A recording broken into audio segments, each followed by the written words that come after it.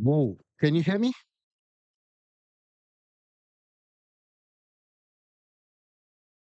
Right.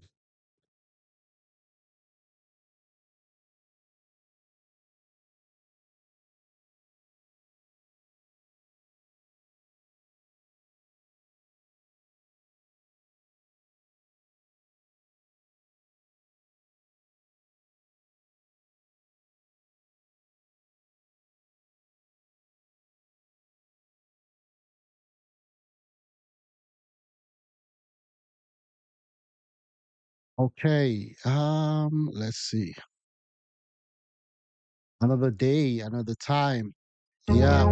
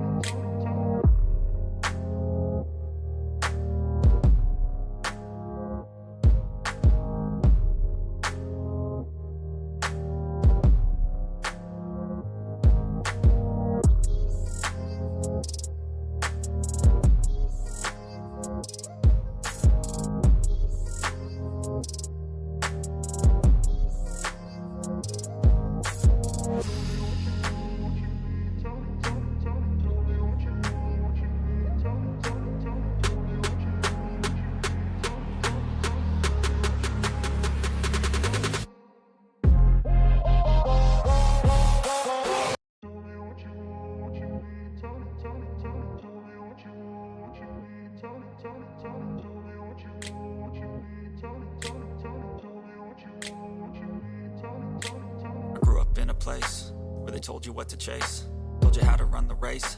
Every move was on the page, but I didn't like their way. Had to fight and misbehave, had to find a way to change, had to leave to find my way. Caught up in a daydream, I beat my mind up there almost daily. It's how I pass time, no opinions safely. It's how I understand what I want in this place, see. Cause everybody wanna tell you bad things, what could go wrong, what fame brings. But success is a finicky thing, and if you ain't sure, no, it'll never be. I don't wanna let myself down. I don't wanna let myself down, myself down.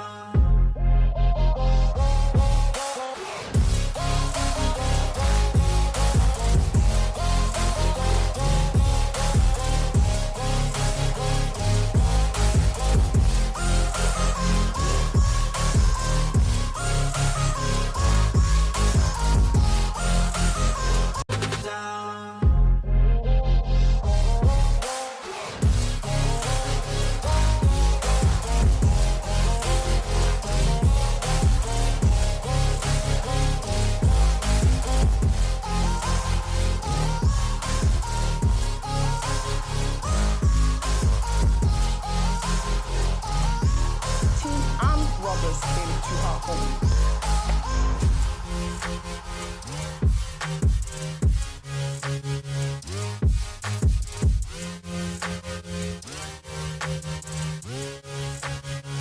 Okay. Okay. Okay. Yeah. Yeah. Yeah. Okay. So I was live yesterday, and I was rounding off when I discovered that this news was trending, and it had to do with an Arise News anchor that passed away. I didn't have much news. I didn't have much information about that. What I just did was just to just send my condolences to the Arise News TV, and also possibly to the family. But since yesterday, there's been a lot of other story that has been developed around a sudden death. And it's quite unfortunate, to be honest with you. It's quite unfortunate that you have young lives just snapped away like that. The person is doing well just a day before, and all of a sudden, you just find out that this person is dead. And I don't understand what's happening now around the world. It was just few days ago, we mourned the death of Charlie Kirk. If you don't know who he was one of the major conservative pundits, in the United States of America. And his death, it really shook the conservative movement. And it was just the sheer fact that You may not really agree with him, you may not even like him, you may not even love him, but the fact that someone's life gets cut short at a very young age, really, really, by another person, is quite ridiculous. And this also begs the question that, Nigeria is not out of the woods yet. One of the areas where I strongly, feel bad for the Tinubu's administration is in the area of security. I mean, in terms of economic reforms, you can say fine, is doing one or two things there. The result is starting to to bear fruit, but it's still a little bit tough. The conditions around the Nigerian people is still really biting. I wouldn't say that the reforms was just easy, and that's what happens typically with any reforms. But one area that I'm not happy with the Tinubu's administration is in the area of security, and that's not me. I mean, Tinubu came out few days ago, a few weeks ago, and started saying that after 2 years, it's been in office for technically 2 years. He started talking about I'm thinking really hard about state police, and I'm like, thinking really hard about state police at this point in your presidency? You're telling me that you've been in here for 2 years. You've had no good results. That's why you started thinking about state police. I'm not saying state police is bad, and I'm not saying state police is good. This is what I'm saying. Okay? Even if you want to go the route of state police, number one, it's going to take a lot of time. You're going to talk about constitutional amendment. You're going to write the rules. You're going to start training people. You're going to start thinking about state governors that is going to usurp the powers of the police and use it to further their own political means. That doesn't mean that we don't need a state police. Don't get me wrong. Okay? But I'm saying that for you to come out 2 years and say you're now thinking strongly about state police doesn't even make sense to me. Because you can actually create some level of urgency by having a TAC team, which I believe you already have, that could still be doing that function. They report directly to the NSA. The NSA reports directly to you, and you're in charge of whatever is happening. While you think about or you try to bring about the state police story. Okay? So when he came out and said, I'm beginning to think strongly about state police, I'm like, that won't even help the current security situation on ground. And at this point, really, that's why you would argue for those who believe that they need to have access to guns to protect themselves. Because how would people just come into an estate, or bust into a village and then kill almost everybody? And these guys don't have the means to defend themselves. Meanwhile, you have a politician that has like 50 security men that are being funded by taxpayers' money or by the oil money. Right? I mean, you see all these guys when Tinubu went to Kaduna State, you could see the number of convoy. Justifiably so, because the security situation in the country is dangerous. And again, I don't mean all the convoy was for the president. Of course, you had so many dignitaries, but you're going to have a lot. But look at the sheer amount of the resources that goes into securing the life of the presidency. I believe that no Nigerian life is less important than the life of Tinubu, or the life of his wife, or the life of his child. So this is the reality that people face. Unfortunately, this young girl that had a lot of future, bright future, I would say, in front of her, just got cut short. Because some retard, some evil men decided to usurp their power. And the truth about gun is this, because I believe everybody that needs an access to gun to protect himself and his family should have access to it. And no government should be able to restrict him from having access to it. The problem I have with this, though, for those who say, you have to regulate guns, the thing is that the evil guys is gun not regulated in Nigeria. Gun is regulated. You can't get a gun like that easily in Nigeria. It becomes a crime. Look at what happened with Pastor Adefarasi. He just waved a stun gun, and it was all talk, all news on town, and all that. It became the news out there. And then the police was like, oh, we're going to go. Oh, we want to determine if he really has a gun or not. Like, what the hell? Like, all these other politicians, all these rich men, they have people to protect them. They have people that have guns. When your general overseer is moving from one state to another, it gets gun. When Abel Damina is moving from one place to another, it gets security men within Nigeria to protect him or her. But the individuals, okay, that can afford to pay security men, that can afford convoy, are left to defend for themselves. Meanwhile, the bad guys will always have gun. The Boko Haram terrorists will always have an Elox. We always have a chopper. We always have an artillery. Meanwhile, the good guy has nothing. So the whole thing is already tweeted, is already tweaked, and doesn't favor the common man. I mean, you see all these videos coming. Like, I ask myself, okay, fine. You have all these bandits all around. And we know the bandits they don't have just a shotgun. They have AKs.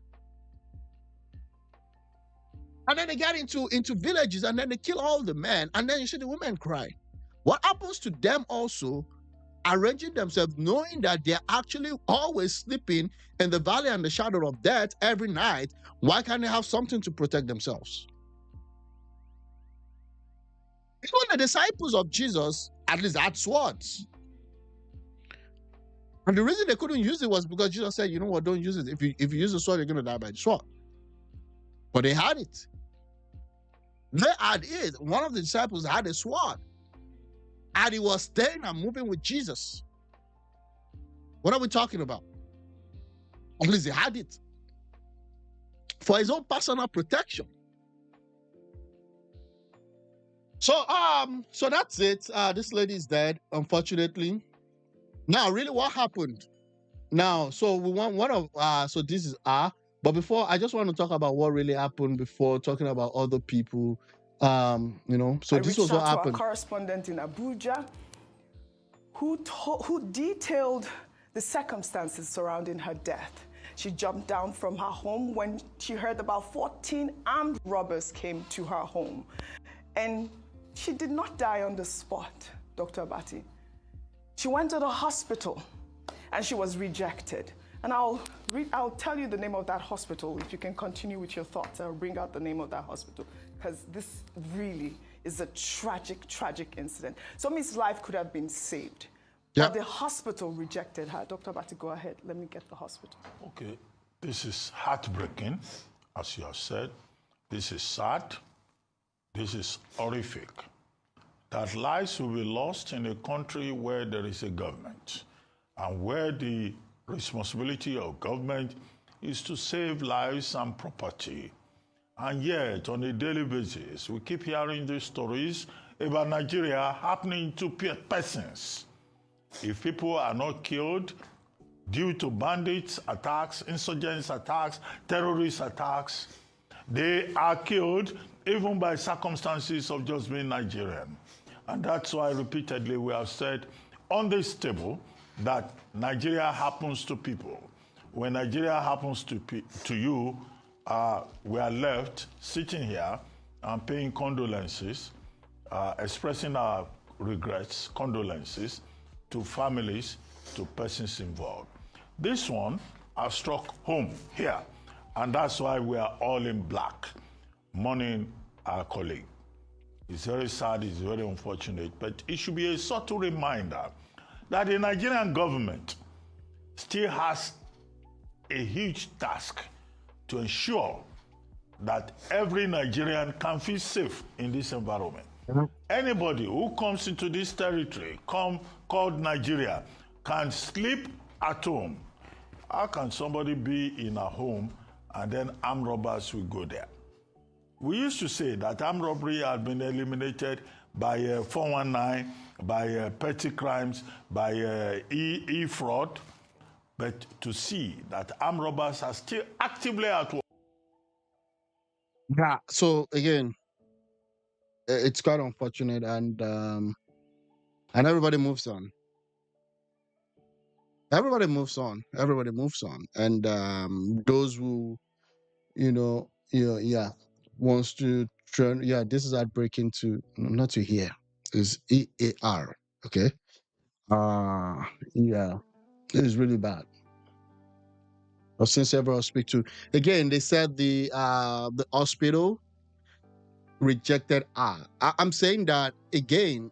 I wouldn't just want to just blame the hospital. What is the framework, okay, that has been put in place such that when they have such instances or such situations, they are bound. And it's the first place of call, they're bound. You cannot even refer except you're sure that you've got a steady paramedics on ground or steady ambulance on ground for them to transfer. You first got what happens to COP, what's it called? Is it COPR or something? CPR? What happens to all of that? What happens to the first point of call? There are emergencies in the airplane where you see doctors saying, oh, I'm a doctor, I can help.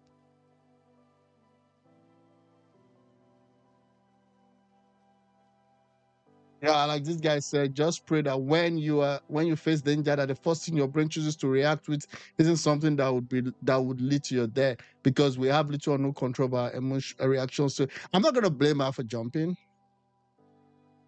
I'm not gonna blame her for jumping. That was a fox instinct. And if there was nobody there to caution or to help her, then what do you want her to do?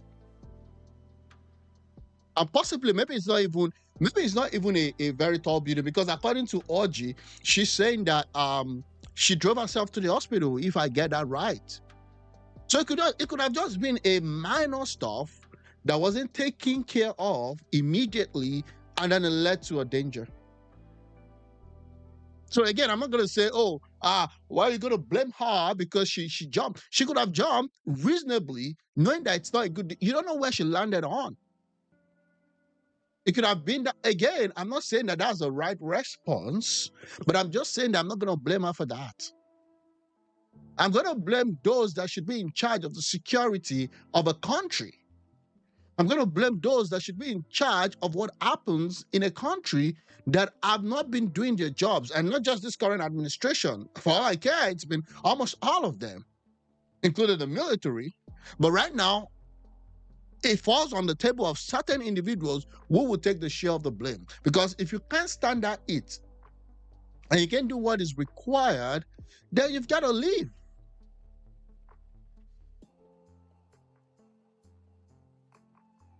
Yeah, imagine you're surviving the horror of 14 armed robbers only to be failed by a healthcare system that should protect life at all costs. Nigeria's problem isn't just insecurity, it's the collapse of empathy and responsibility in our institutions. SOMTOCHUKWU deserve better until we fix both security and healthcare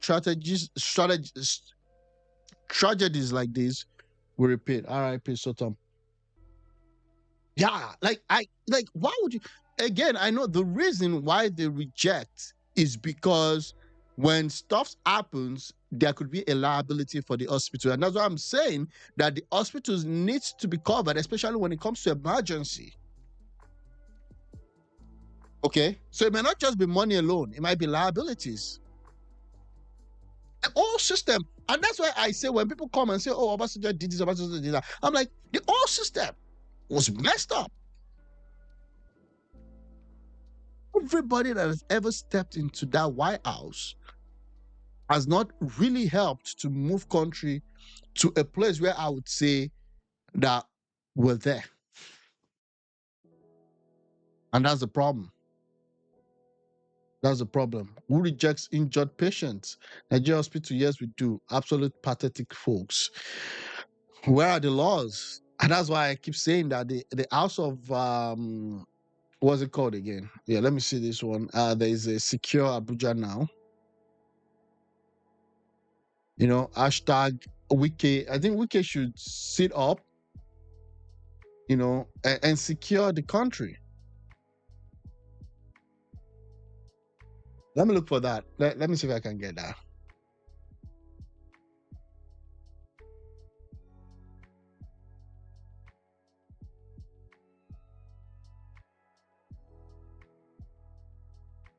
Okay, yeah. So this is trending. We can secure Abuja now. What the hell? What are these people? Security gaps in Abuja are wider than the Niger Bridge. Close them. There's a lot. And I don't know why. I think Tinubu should get into this. Because if, to a good extent, Fashola was able to do this in Lagos, APC was able to achieve this with a joint partnership between the Nigerian police force and the Security Trust Fund. I believe that was it. Yeah. She moved back from the UK because she believed she could make Nigeria work, even if it was in her own small way. Now she's gone killed in Abuja, not because she did wrong, but because a country she loved failed to protect her. Yeah, I read this one yesterday. That locks door tighter than any chain, unlock safety. Yeah, exactly. Like, what's the update? Have they been able to capture those robbers? Wow, this one is wow. Wike's legacy in Abuja, beautiful roads, buried bodies. Again, I expect him to act swiftly on this one. I expect him to act swiftly on this one. Beautiful roads, okay, fine, he's doing the roads, but what about security? You cannot do roads and leave people's life and put people's life in danger. And that's why till tomorrow, I would never. I know people are like, oh, El-Rufai is a great guy. No, I would never accept that, oh, he developed Kaduna, but then the people are there, but Southern Kaduna was in chaos. And a lot of people died because of insecurity in Southern Kaduna. And as a governor, you couldn't even bring up something that would help, solve that issue. Okay? So again, I'm just saying,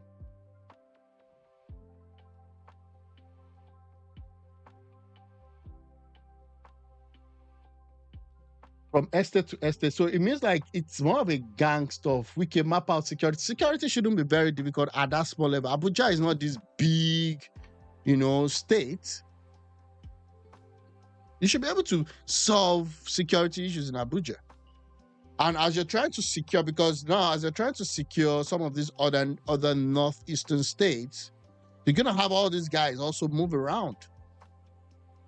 Again, a victory,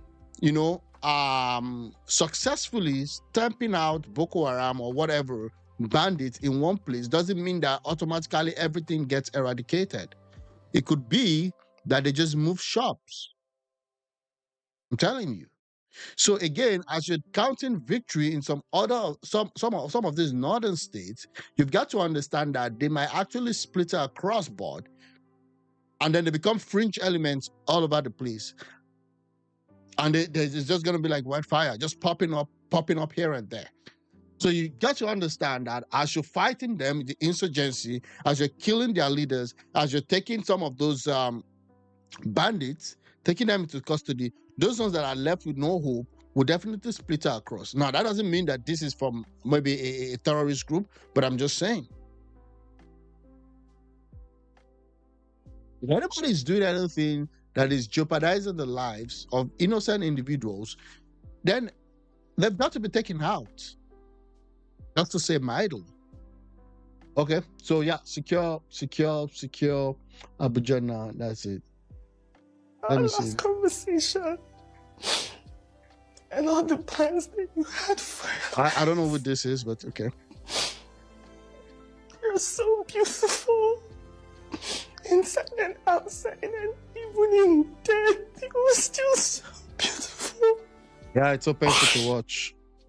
It's so painful to watch. Some months ago, and she aced it. She read the news. I mean, even asking, "Oh, do we have a guest?" And all of that. But we didn't have a guest. But she slayed it. The entire 1 hour bulletin. We're really going to miss her. I mean, I remember her giving me a lift from work some months ago. Something was just such a shining light. It's sad to hear. Yeah, she looks so innocent. She looks like she looks so innocent, gentle, and I mean, just from my fault, I don't really know her, but just she looks like an innocent person. Of her passing, it's so sad. I mean, she was such a shining light. Somi loved to wear pink. She would often remind me of Reese Witherspoon in Legally Blonde because She was a lawyer and pink was her favorite color. But aside from that, Somi loved young girls, and one of her greatest goals in life was to empower as many young girls around the world as she could. Which is one of the reasons why she was a pageant girl. She was a very, very successful. Yeah. Okay.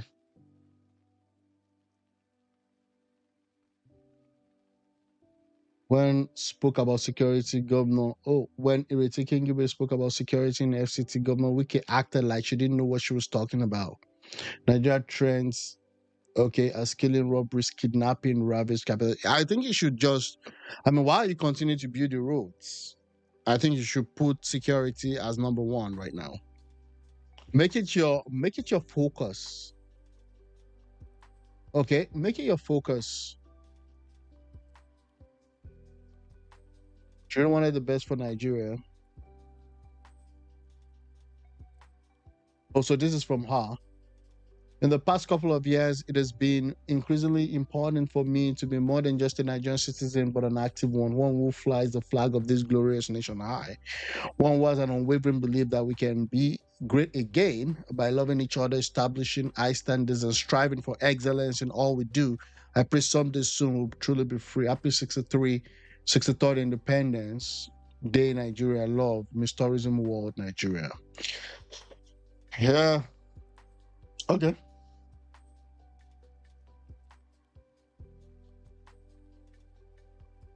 Oh, so Tinubu is in Imo State for a one-day working visit. Okay, I'm gonna look at that. Yeah, it's quite unfortunate.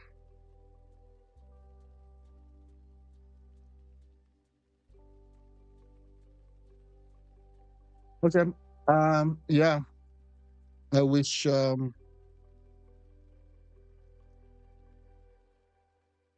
security in northern Nigeria. Let me see. Yeah, it's quite painful.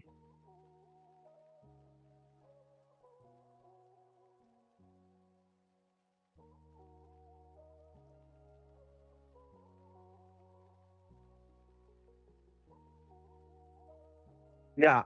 Let me see. Let me see. Tinubu arrives in Imo. Let's see this. Let me see if I can actually pick what's happening right now.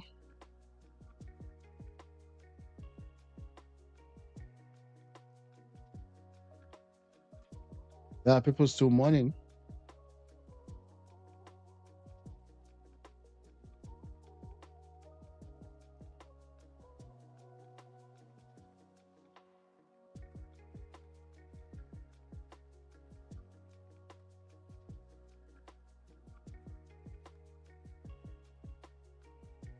I was stabbed in the most sacred part of my human body by a vicious arm robber I didn't struggle with, but they were all hell bent on putting long dagger into my body. What's this? Chocolate taekwondo and a sprinkle of relief, a juju plus Easter Sunday grace is likely what saved me in the backseat of my car. They stole all my 3 phones, and I literally had to beg this chap to just leave after taking my device. My driver, Musa, froze and didn't move while I was being robbed. Talk for another day. Less than 0.2. Yeah, I know. There's going to be a police checkpoint. It took brief soldier in the patrol van and a few of us running through canals as we gave this criminal a hot pursuit on foot at 2 a.m. in the morning. We caught one of them. It was a young kid, barely 15, who spoke no English and only Hausa, bloodshot eye on tramadol, or whatever substance. That's it. When they go to rob, they are not your normal guys. Or whatever substance. They didn't feel any pain from the maximum shishi. They left a trail of blood and mayhem as we all got robbed uninterrupted for close to 15 minutes.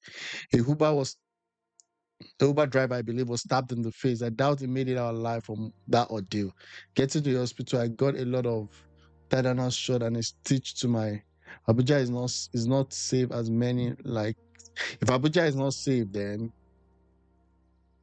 it's crazy. This is the problem I have with Reno Mockery. This is the problem I have with Reno. May Nigeria happen to me and keep happening to her. What does this mean?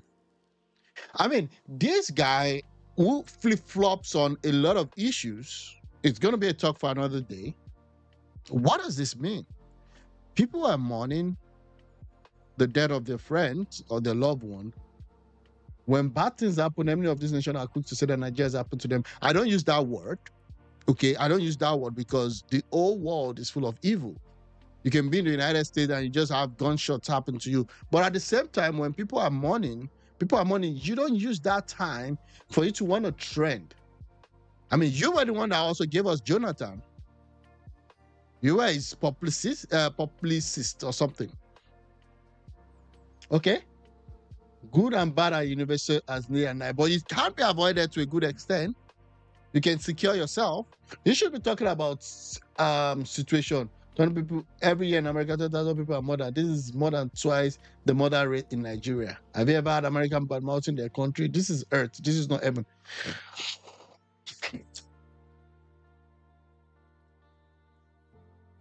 This is bad taste. And again, I don't know this guy who, I mean, to be honest with you, he comes out in a very disappointing stuff at times. Bad things happen, okay? But at the same time, the reason why you can stop that from happening is when people do what they should do, such that you know if something is happening over and over again, there are certain people that have been given the responsibility to ensure that that doesn't happen.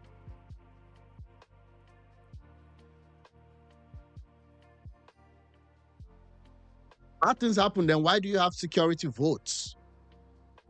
What's it talking about?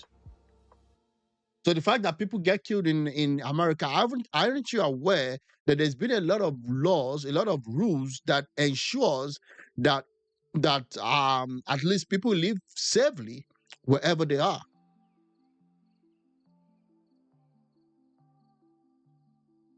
I mean, this is in bad taste, really, to be honest with you. I don't even know what to say. So we should accept it because 20,000 people more are murdered in Nigeria. And that's more than twice the murder rate in Nigeria. Have you ever had American badmouthing their country? Oh, yes, a lot of them. A lot of them. A lot of them. I don't know where you get your news from, Reno.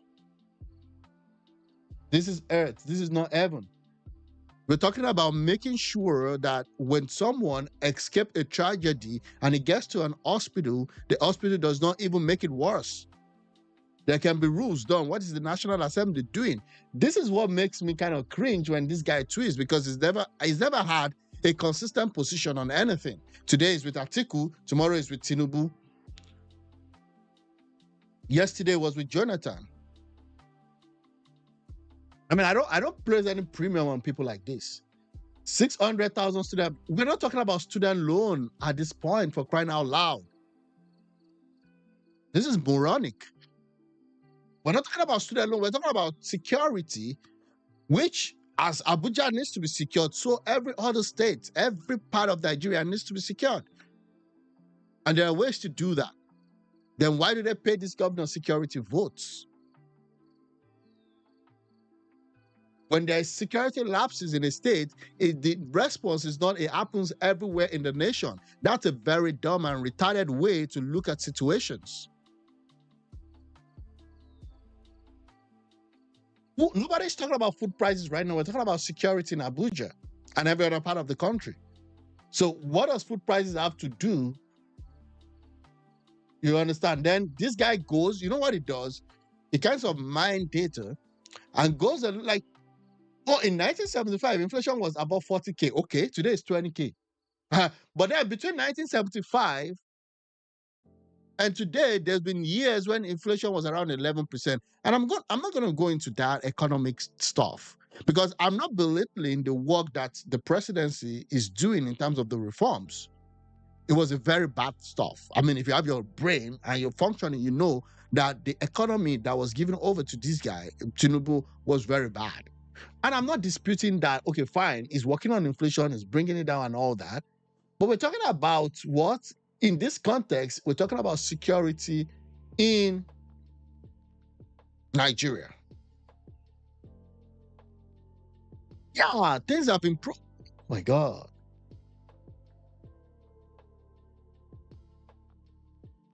Yeah, I don't know what to say. Anyways, I don't really know what to say.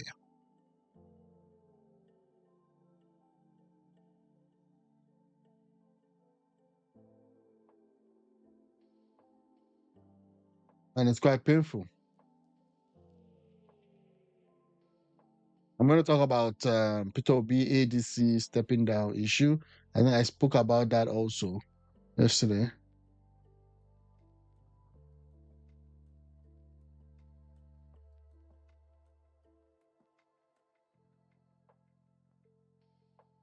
Why is this guy? What's this talking about? Yeah, there was this talk about the Jewish stuff. Okay, let's see.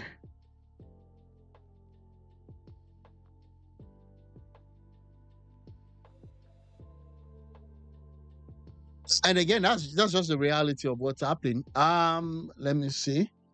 Yeah, I was talking about Tinubu somewhere.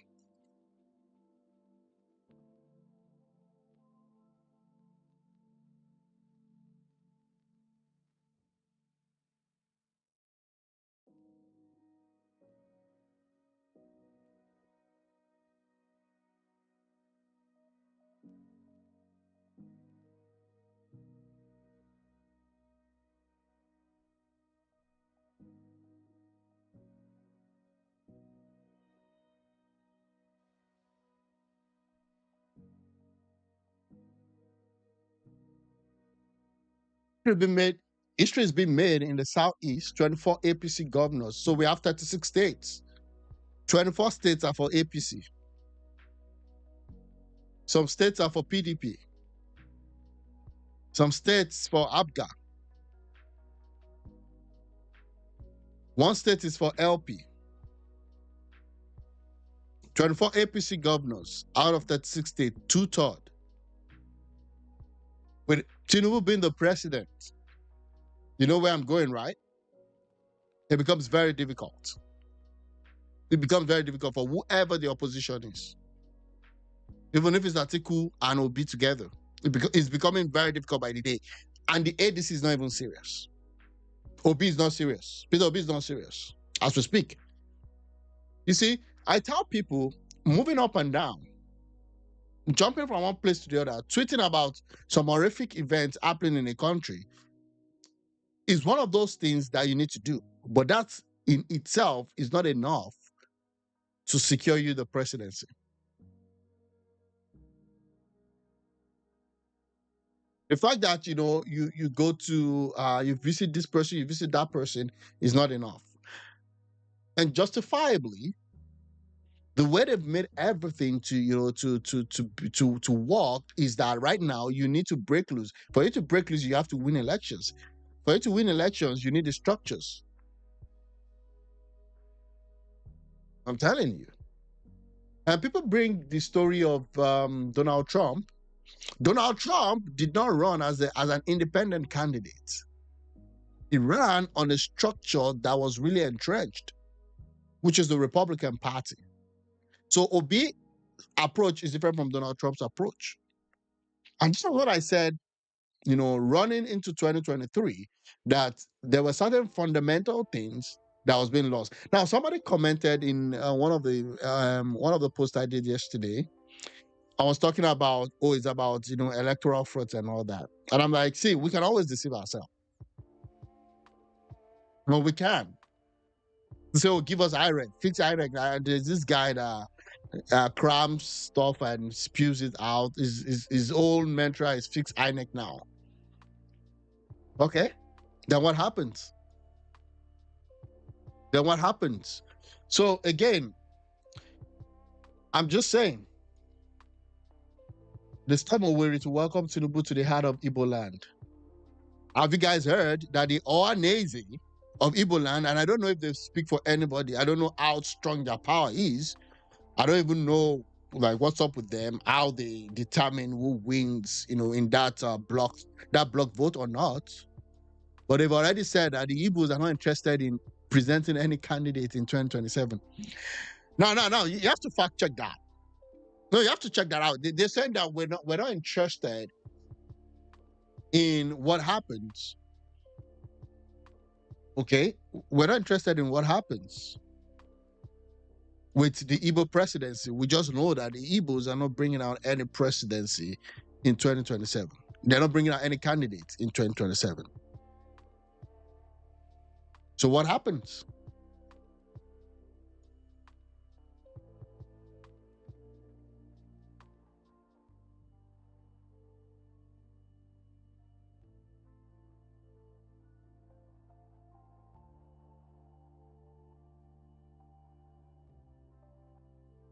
Yeah, I talked about this. So people will be running their mouth about the size of the president's come, forgetting that anywhere visit the convoy of these governors also come. Yeah, they attach. That's why at times you don't go ban for ban with people on the internet, because a lot of people have very low IQ and they don't even reason at all. When you see all those convoys and see so many cars, it's because it's not just the presidency. But my own beef is that if you could secure the presidency and the governors and the convoys with that, then you should be able to secure an average Nigerian life. That's the minimum. If you can't do that, then they should be able to secure themselves. Give them guns. If the thief that is coming knows that there's a gun and he could risk his life, two things could happen. It could dissuade him, or he's better prepared. But then that puts some level of fear into him.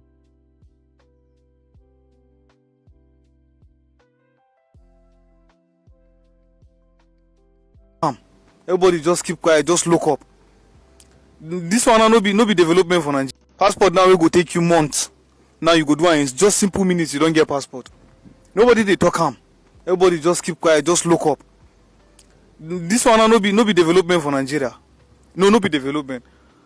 And see TVET now, they don't even post student go their center. They don't post student go their center. They go pay the monthly stipend. They teach you handwork and they go still pay you stipend. After you don't finish, they can't give you money again, may you continue the business. So why are we doing this? And I say President Tinubu come nuts, you know go see people. Nobody look at what happened in Kaduna now. Look at what happened in Kaduna. After he came to Kaduna, how many people did you see? See how people are jubilating and happy. Now let's go back to Ibadan. He went to Ibadan. Didn't you see how people are happy? This man is the architect of new Nigeria. He's the architect to design new Nigeria. Let's support this man. Very dark man. Tunde not have been at Tunde head waiting. He now no go celebrate. He now no go jubilate. He now no go post the good one, like the bad one and one they post. But the strategy now don't come out now. They try to promote the government. President Tinubu they try, and he's the architect of designing new Nigeria. Thank you. Okay. Yeah, I hear you.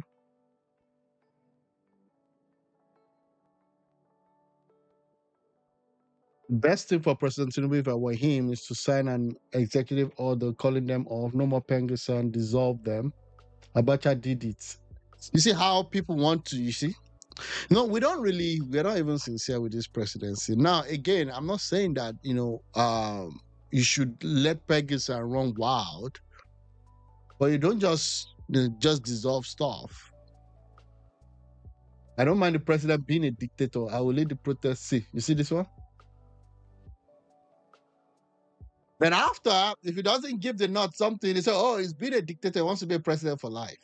People are not being sincere.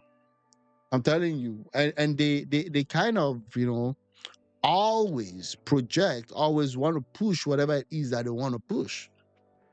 This is the same person that was saying that... Let me just round it off by asking you this. The federal government's waded in as a sort of middle-of-the-road person, middle person. What do you think is likely to be the upshot of all of this? The best thing is for the president, if I'm in him, is to sign an executive order calling them off. Wow. How do you mean calling them off? Yeah, no Pegasus. What? You mean dissolving Pegasus? Yes. Well, he has the right. He has the big stake. He should. Well, I doubt if he will do that. Abacha did that one time. Well, Abacha was a military dictator. So Abacha is now the role model. So we're not serious in this country. So Abacha is now the...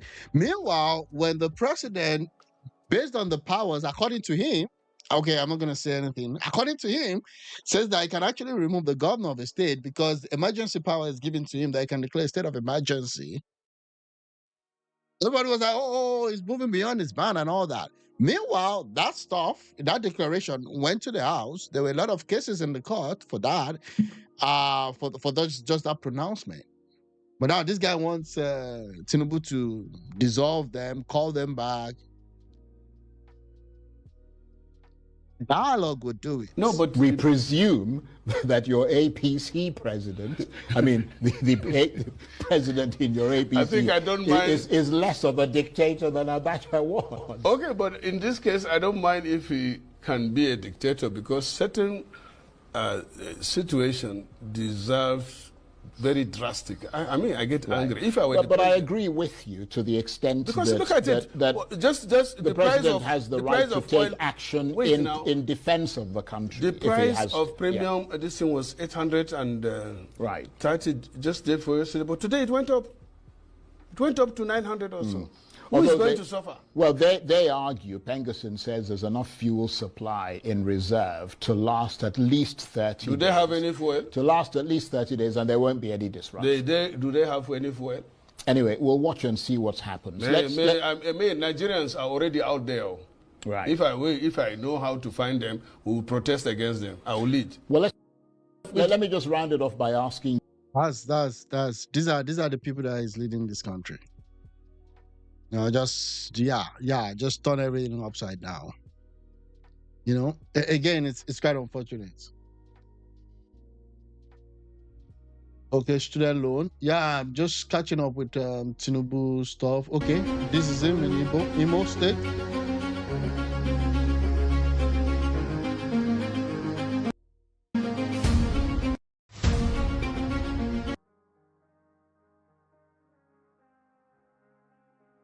Governor Hope Uzodinma just spiced up Owerri's nightlife with a brand new flyover set to be commissioned today by President Tinubu. Imo is lucky to have one of the progressive states. Wow. So I think what's happening right now, and again, I might be wrong, okay, because I only say what I think, and it might not be even smart at times, okay, I'll be the first to agree, is that I think the Southeast really, they don't want Obi to be their own face. I don't know, for whatever reason. That's why you have Soludo coming out against him. You've got, again, a lot of all these Ohanes, they already said it, that they're like, they don't have a candidate in 2027. Then you have people like Imo State. Then you have this guy, the Minister of Works, coming out to say that he's better suited than Obi. And again, it might just be an establishment thing, but they don't just want to be.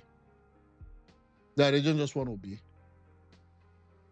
So says you're working overtime for this 20K.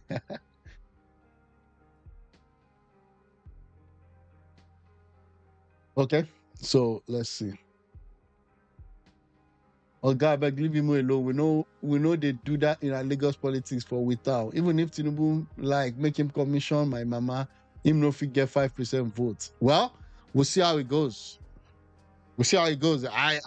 Yeah, it's possible that Tinubu won't get so much votes. He's not going to win any state in the Southeast, but he might get maybe 15%, maybe not 5%. Might get 15 to 20%, which is more than enough. Which is more than enough. It doesn't even need 25% in Imo. And again, it's all about, like it's all about, the structure is all about also making people to see reasons.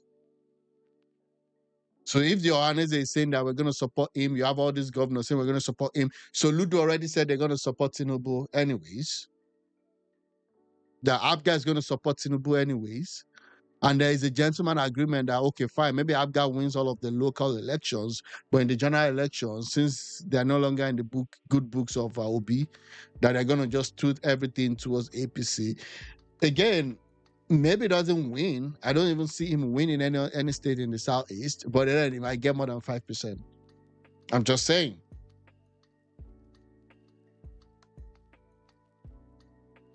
After 6 years, you're clapping for him for building ordinary bridge with zero economic value. Shame on you. Well, that's left for the people of Imo State to decide and vote him out. Okay, and for you to also have a strong candidate that can make people reason why they should vote him out, because yeah, building bridge is one thing.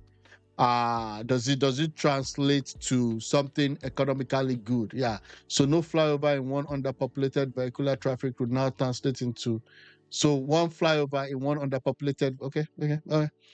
I don't have any. I don't know. It's not my state. I'm not really interested in whatever happens in Imo State. It is what it is.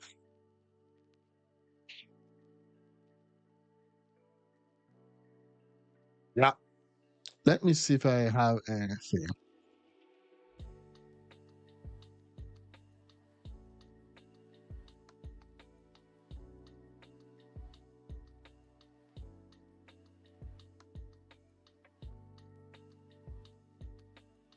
Okay, before I move on, let me just see what's happening in the Nigerian market. Yeah, market today is over. So, wow, Fidelity Bank, I don't know what happened, had a very big southward movement, and now I think recovered all that. Let me see, GTB. Wow, market has been a little bit, I would say it's more like profit taking. Market has been a little bit on the downward side for a while now. Yeah, you can see from 38 is at 31, not too good. I mean, if you had bought here right now, you're just crying.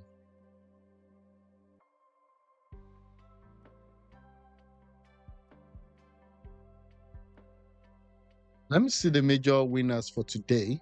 By now, the market is over in Nigeria. Okay. Well, this is a strong move from here, $6 to 6.6. That's almost a full 10% gain. Yeah, 9.98%. Look at it.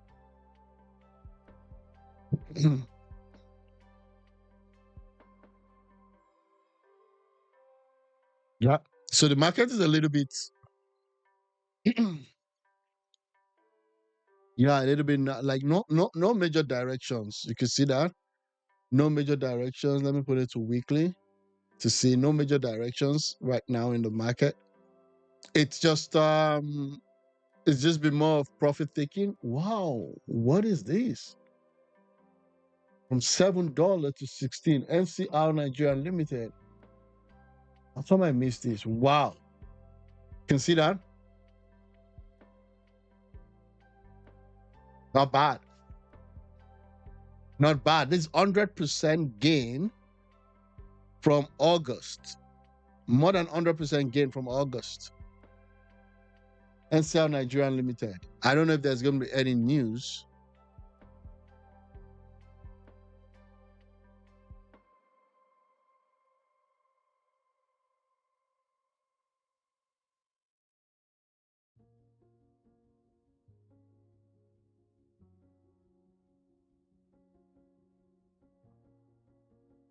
They even had a loss in December 2024. So what's happening?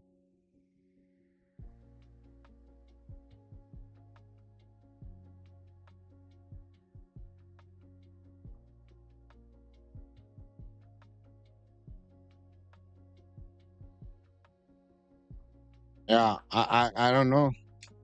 Let me look at the P ratio. Just, yeah, let me just look at the P ratio. So it's under, let me see, it's under information health. This is my classification, okay? Yeah. This might be one of the best performing for the past few weeks. CMG is already winning, you see? Got to an high of 20 and then is around 16. Wow. Okay, so it's just an overview of the Nigerian market. I think for the past few weeks we've only had profit-taking activities and a little bit of lack of direction. Yeah, which is the painful part when it comes to market. Again, this is not a financial advisory channel. This is just me just just giving you what's been happening with respect to the Nigerian stock exchange. I have all the stickers here. Yeah, that's by the way. Okay, let me see if I have some other things to talk about. Okay, sure. Aware from the beginning, we knew that there was another voyage and waste of state resources. It was desperation on the part of the DSS to file charges where no offense was committed. And you saw that with what the lawyer to Meta said, that they have looked at the charges, nothing even related to an offense affecting Meta, that's Facebook. And I think the same thing applies to Twitter, and of course, it applies to me. Because there was no disclosure of any offense. If you see the charges they served me, they have one page of proof of evidence. And that was a picture, a still picture they grabbed, a screenshot from whatever they get of Tinubu standing in front. That's not proof of evidence. They did not even, I don't want to teach them what to do, because I know they will still come and fumble again next time. Then the most important thing that ought to have been done, which was to serve me, they refused to serve me. They were hoping that they come and ambush me in the court. They did not want to serve me because they are afraid that I will prepare for trial. I decided to come. But I decided to come because even cases that don't concern me, I come to this court to attend to them. So what is important, Nigerians, is that our focus on how to fix this country is our inalienable right, and it's sacrosanct. In the process of doing that, we will not spare anybody, because we are 200 million people, and we deserve good governance, we deserve attention, we deserve accountability, transparency, we deserve the basic minimum standards of democracy and tenets, one of which is freedom of speech. You cannot litigate against us in any court or criminalize it. Even there's been threats against my life by the way in recent times. The FCT, Nice or Wiki, who said an American has never called Trump a criminal, was presented with over 1,000 videos. The DSS claims that it's their job to protect the president. It's their job to protect him, but it's not their job to police free speech in Nigeria. That one is I agree. The DSS takes its inspiration from the Secret Service in the US, which exclusively protects the president of the US. The Secret Service has never filed a lawsuit against an American who said Trump is this or that, because they use America, that's what I'm using. But let's even concede, without admitting, that they don't do it in America. We can do it here. Because Americans don't have our type of problems. Americans have schools, they have functioning hospitals, they have great jobs, there's no unemployment. So Americans can decide to be complacent about calling out their leaders. We haven't gotten to where America was in 1900. So our own circumstances are different. And we must approach it with the tenacity and the ferocity that is required to ensure that those who claim to be our leaders, whether they rig themselves into office or they seize power, we hold them to account. And I'm saying this, that even under the military, when the military will seize power through a martial music, we confronted them, even though we didn't appoint or elect them. So how much more the so-called civilian regimes in the country who supposedly were elected by a constitution that they uphold all the time, even though I don't believe in that constitution. But that's all they have for now. So I just want to make it very clear, and it's very important for all of you, particularly in the media, that no offense has been committed, and the trial could not continue today because there is no way you can prosecute an offense that does not exist. They disgracefully brought the DPP of the Federation to come and personally oversee this case. The reason why he came They forced him here. That's why he was unprepared. He did not know that I have not been served, because I think he was arrested and bundled here. Because I found out in their initial charge that they published in the public that he refused to sign off on the charges. He was not consulted. But the DSS had to force him to come here because they know me since 2019. Their lawyers cannot face me. So they have brought the DPP, and the DPP must learn a hard way. Exactly. That's the rule. Exactly. Yes. This concept now. Yes. Let's go into some advisor. Yes. And look at what actually reached out to. What's the reaction it takes now? I reacted last night, and let me send my condolences to her family and her co-workers. I knew, even without having been told, that she's a victim of Nigeria. Yes. Nigeria happened to her. I was reading on my way here, I've not confirmed, that they robbed every flat in that building. They called the police. Police did not show up until after she had jumped out of her window, gotten injured, and had no emergency support. She was found alive by the police, but when she asked to be taken to the hospital, the police said they had no fuel in their car. Maybe, oh, is that true? Maybe. If the police had not allowed their car to be stolen by a thief, maybe that car could have helped her to get to the hospital. Exactly. Who knows? Exactly true. So yes, now. There's a fundamental problem here, people. We are in trouble. And her own tragedy is just symptomatic of that problem. But I feel so bad for her. I feel bad for her that today maybe I would have visited her family, but I have to be in court. So, again, my condolences.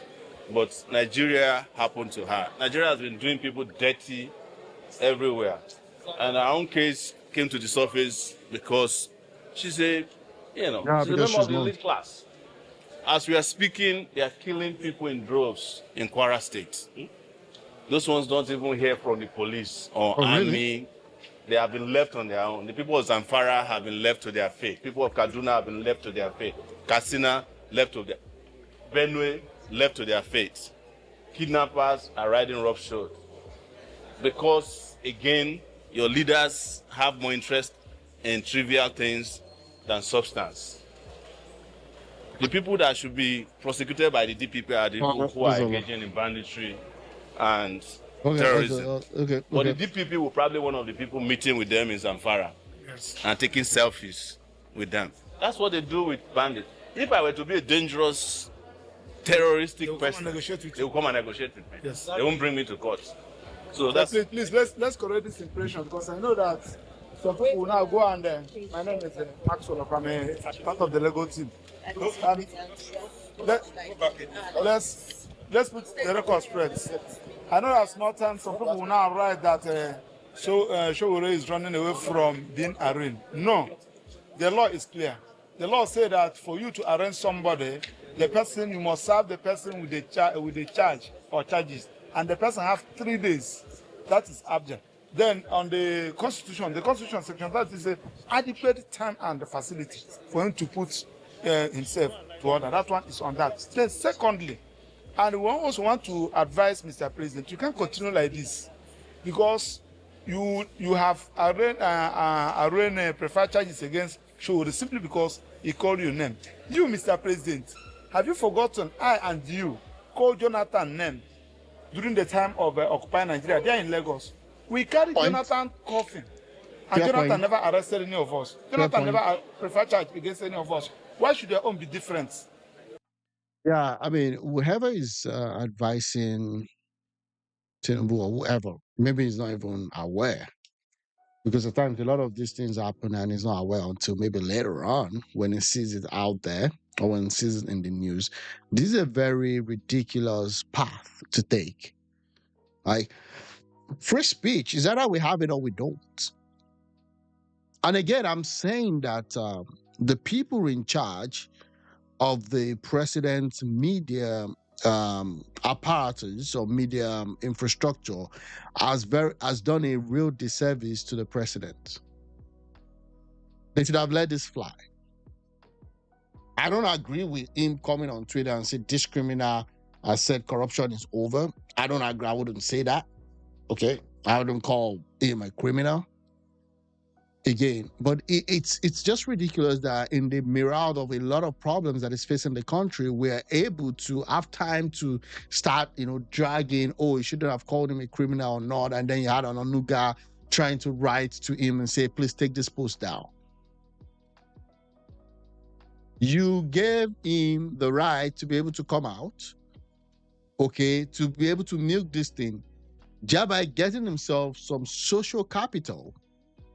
Because everybody were already forgetting about this guy, Showore. People were now on to Peter Obi, and there's always that battle between him and Peter Obi. I'm not saying that he shouldn't do his activism. And again, I would not necessarily make that kind of a tweet because it was made in bad taste. But that being said, he is covered by free speech. So I'm not so sure why they had to arraign him. I even thought it was just a banter between him and the media office of the president. I didn't know they were actually serious. Seriously, I thought it was a joke. Then why would you have written to Meta and to X? Meta is in charge of Facebook, Instagram, and the likes. X is in charge of X, which was formerly Twitter. Why? I mean, by now, even the post, everybody would have forgotten about the post because news cycle would have moved. But you guys amplified it, you gave the post virality, and now you're taking this guy to court.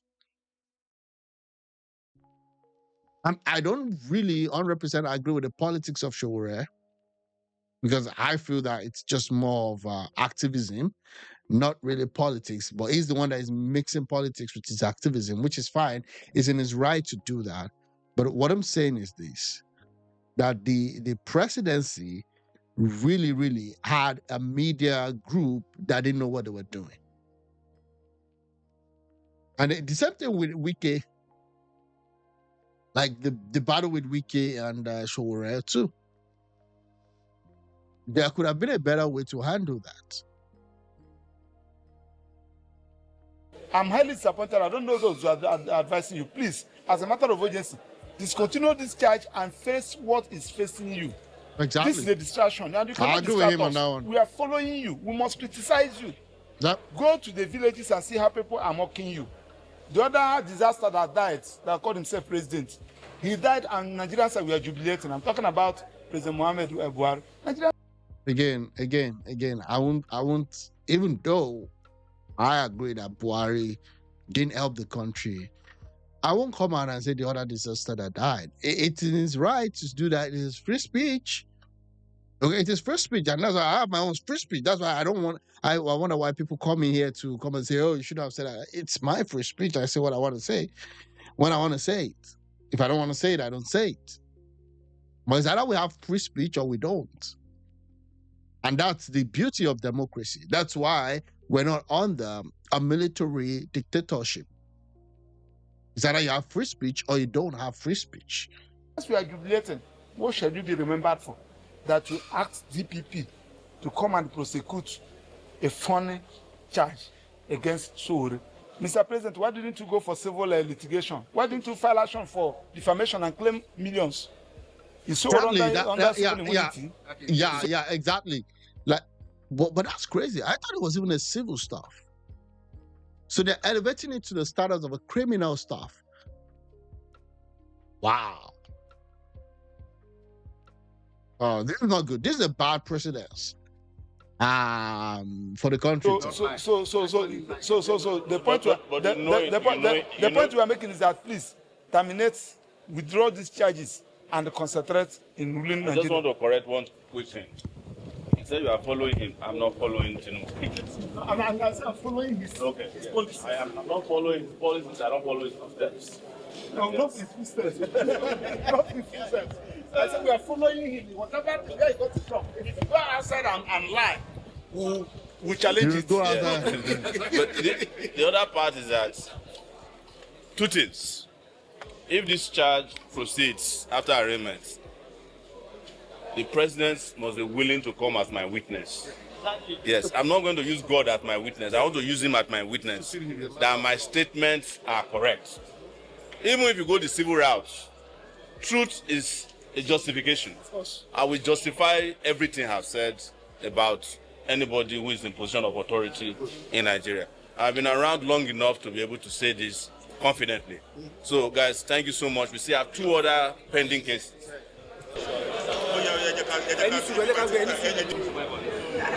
Okay. We've seen that, you've heard that. So yeah, talking about the case, talking about what it's been served with. Let me see if I can get that out here. Um,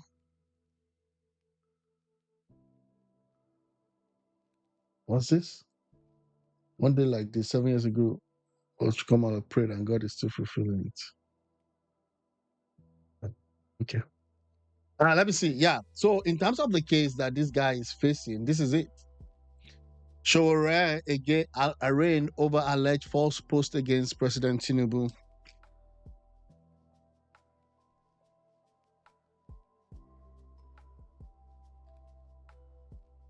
Okay, sorry about that. The federal government has arraigned a human rights activist. Yeah, he's an activist, Omoyele Showore, on a 5-count charge for allegedly making false posts against President Bola Ahmed Tinubu.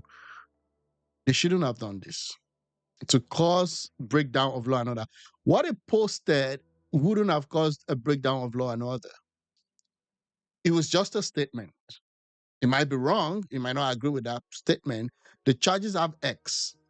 The charges have X incorporation and murder as 2 other defendants. Showore was accused of using his official X handle to make the post. This criminal at official people actually went to Brazil to state that there is no more corruption under his regime in Nigeria. What audacity to lie shamelessly. This shouldn't have been elevated to a court case. You might not agree with the way he said it. You might not like him. You might not like the statement. This shouldn't have been elevated to the level of you guys dragging yourself to court. The alleged offending post. Yeah, you have the right to offend. If you can't, if you're so thin-skinned, then possibly maybe you shouldn't be in public office. The alleged offending post said to be contrary to Section 24(2)(b) of the Cybercrime Prohibition and Prevention Act 2024 was said to have been made on August 25 within the jurisdiction of the Federal High Court. Nothing must happen to this guy. Wow. The arraignment stalled because the prosecution failed to bring forth its allegation. Yeah. Yeah, if you've alleged, yeah, bring forth the allegation. Let's see. Let's see what happened. Okay, anyways, that's that about that one. Let me see what's happening.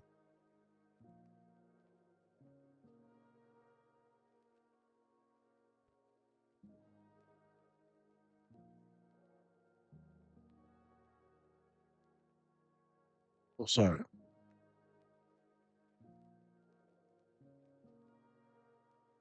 Because this was yesterday. It was set for President Tinubu. Let me see. Delta Ovary storms email for President Tinubu's visit.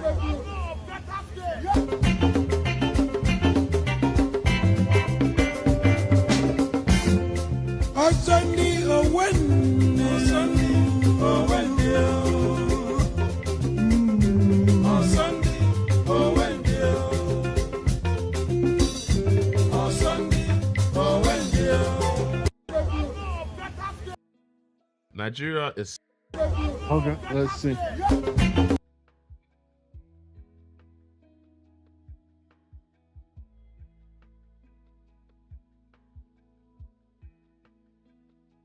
We're having so much, yeah, it's just crazy. Like,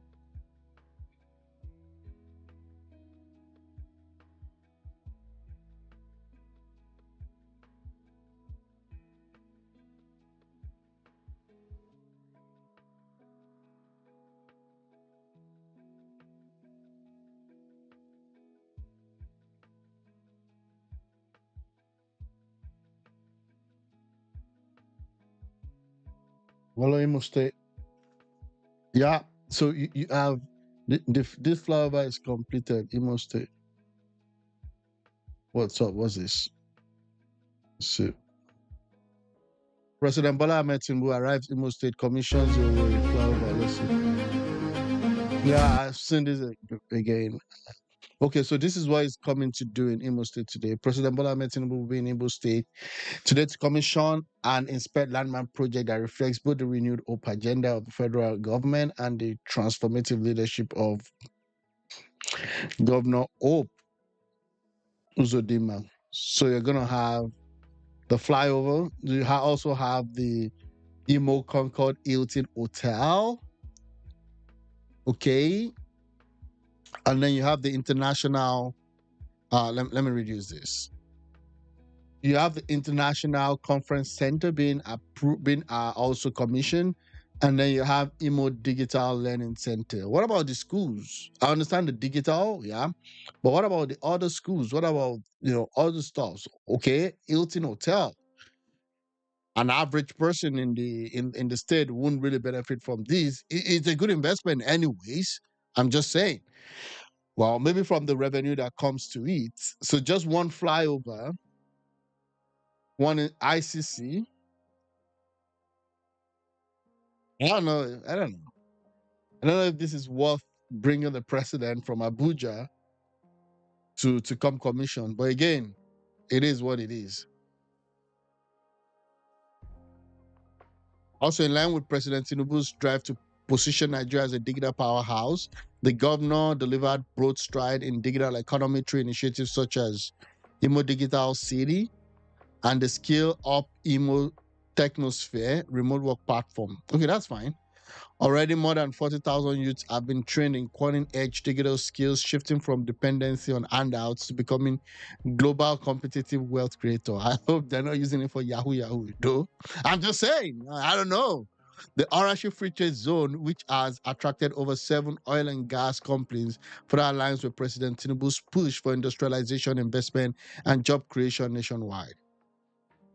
Governor Uzodinma unmatched progress in infrastructure, technology, and youth empowerment not only defined his legacy in Imo State, but also demonstrate the living impact of the renewed hope agenda. The president's visit is a celebration of partnership and progress, proof that Imo State is actively contributing to the national vision of innovation, opportunity, and prosperity for all Nigeria. Wow. Who did this post? Let me see. Oh, Nigerian president. Okay. Okay, that's from Tinubu's official stuff. Let's look at this. Look at the first post. This is the tragedy of Nigeria. Government obsessed with optics while the country bleeds.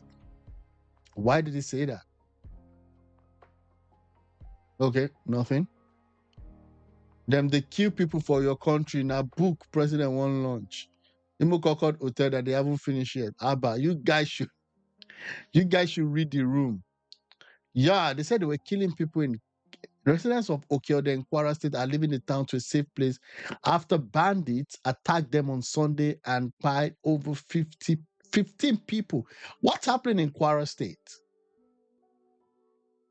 Wow.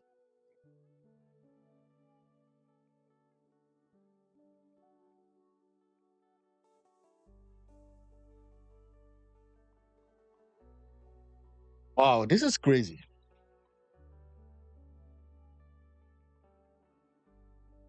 Kwara is on fire. We should fix it. This is in 2014. I love how, even though I know I don't really, really 100% really love the politics of Hossein Rufai, but I love how he brings all those posts of Tinubu when Jonathan was president and how he uses it to taunt him, to show him that you were at this other side before, playing opposition, but now you're the president, do something about it. Tinubu should do something about security. Today, Kwara is on fire. We should fix it. The slaughtering of Christian worshippers is strongly condemnable. It calls to question the competence of Jonathan to protect Nigeria. This was Bola Tinubu. He made this post on the 29th of January 2014. And that's my dad. Jesus.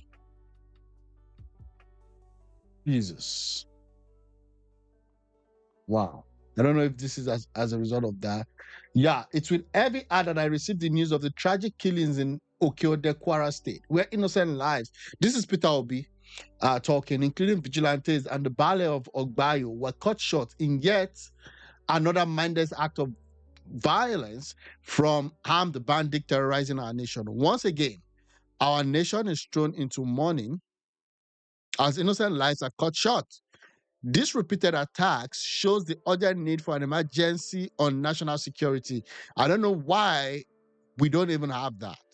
No Nigerians should have to live in fear in their own home. We cannot continue to normalize tragedy. Okay? My heart goes out to the governor and the people of Kwara State. I reassure you that you were not alone. And to the grieving family, please accept my deepest condolences. May you find strength and comfort in this difficult time. And may the soul of the departed rest in peace. So many bad news today. So many bad news. And the problem is that this gets so much such that people don't even care anymore. Nigeria getting numb to the numerous killing. There, people are like, okay, you know, when this thing becomes so much, it becomes like it gets to a point where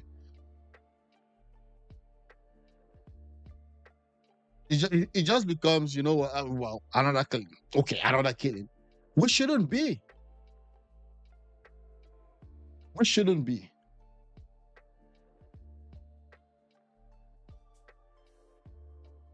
And that's crazy.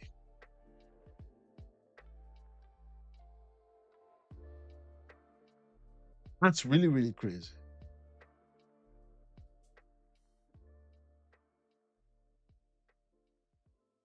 Yeah, that's really, really crazy. Sorry, I should be here. Yeah. Evil machine. Government security cover has 50 armed policemen, but villages left to defend. Exactly. Why would Tinubu have 50 armed policemen, even more than that, by the time you add all of these other dignitaries, but then the villages are just left to defend themselves?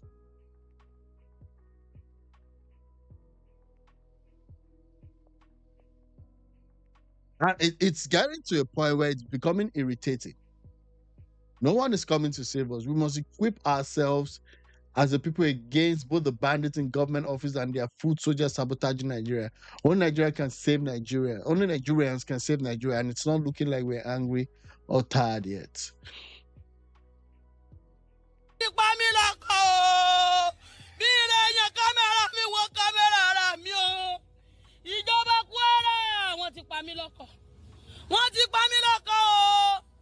Ìjọba Kwara àwọn DSS gbébọn fáwọn méjì aláwọn gbàbọn lọ́wọ́ àwọn ọdẹ Yorùbá. What? Wọ́n ti pọkàn mi o. Wọ́n ti pọkàn. Viewer discretion, I didn't want to do that. The production value is insane. Okay. Wow.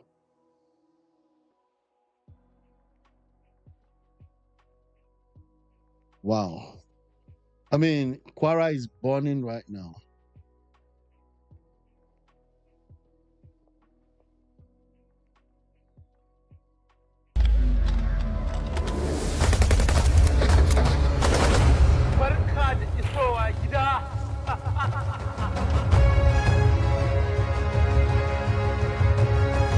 If you don't get the full money by the end of today, this is the last time you talk to your husband.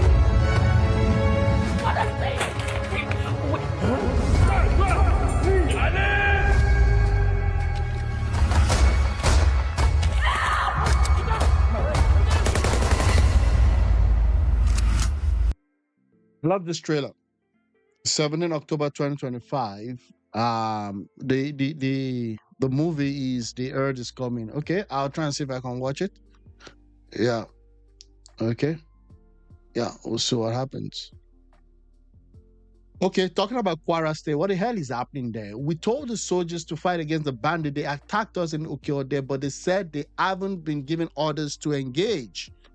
The soldiers were later withdrawn, and even the guns of the local hunters were taken away residents of Oke-Ode, Kwara. Àwọn What the hell is vigilante a gbọ́ happening? wípé àwọn sójà tó ń ṣe ààbò fún ìlú Òkè-Ọdẹ wọn síbẹ̀ ní àkókò náà ṣé òótọ́ ni ọ̀rọ̀ yìí. Òótọ́ ni wọ́n ti withdraw wọn wọ́n dẹ̀ tún wá withdraw ìbọn lọ́wọ́ àwọn local kí nìdí tí àwọn fi dúró àwọn sójà nígbà yẹn. we don't know even let's be realistic àwọn chairmen wa local government chairman 7 local government chairman ní Kwara South àwọn tó ti sú wọn because wọn rí support látọ̀dọ̀ àwọn lọ́balọ́ba látọ̀dọ̀ government kan ṣe camouflage fún wọn ni. lọ́dọ̀ ìjọlẹ́jọ́ ìta yìí chairman ìfẹ́lódún local government ó sọ pé àwọn Fẹ́mi Yusuf ó náà wọ́n join fún autonomy so ó wáyà lẹ́gbẹ́ wa sọ pé ó ti sú wọn. Wow, this is painful. So what this guy is claiming, which I mean allegedly, because it's not yet confirmed, was that they had the local vigilante trying to provide security, okay, and then they also had the soldiers. The soldiers left them. They took the guns away from the local vigilantes, so they were left with nothing to defend themselves. And then you had these so-called bandits come to waylay and attack their villages. This is crazy. This is really crazy. And if this is the replacement strategy, then what is it? No, what is it? What's happening? This is Kwara. If you think that, oh, I'm in Oyo State, I'm in Lagos State, oh, it's Kwara, it's happening in Kwara. Kwara is not really Igbo, it's not really Hausa or Yoruba. It's only a matter of time. It's only a matter of time before these all things, spirals. And again, look at what happened with the Arise TVO's armed robbers. I mean, they're in the same class as these armed bandits. We just kind of give them different names. Oh, this one is Boko Haram, this one is terrorist, this one is armed. They're all the same. Kidnappers, they're all the same.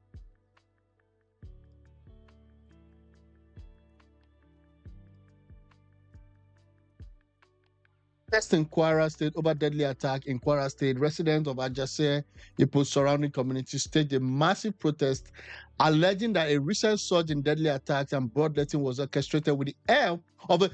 There will always be an helicopter, but you can't allow your people to get guns to defend themselves. The community, some of whom were seen fleeing in viral video, accused the security operative of collusion. There are people behind this stuff happening. There are people behind this stuff happening. It's not like something mysterious is happening. No, there are individuals that they have a name, they have a face.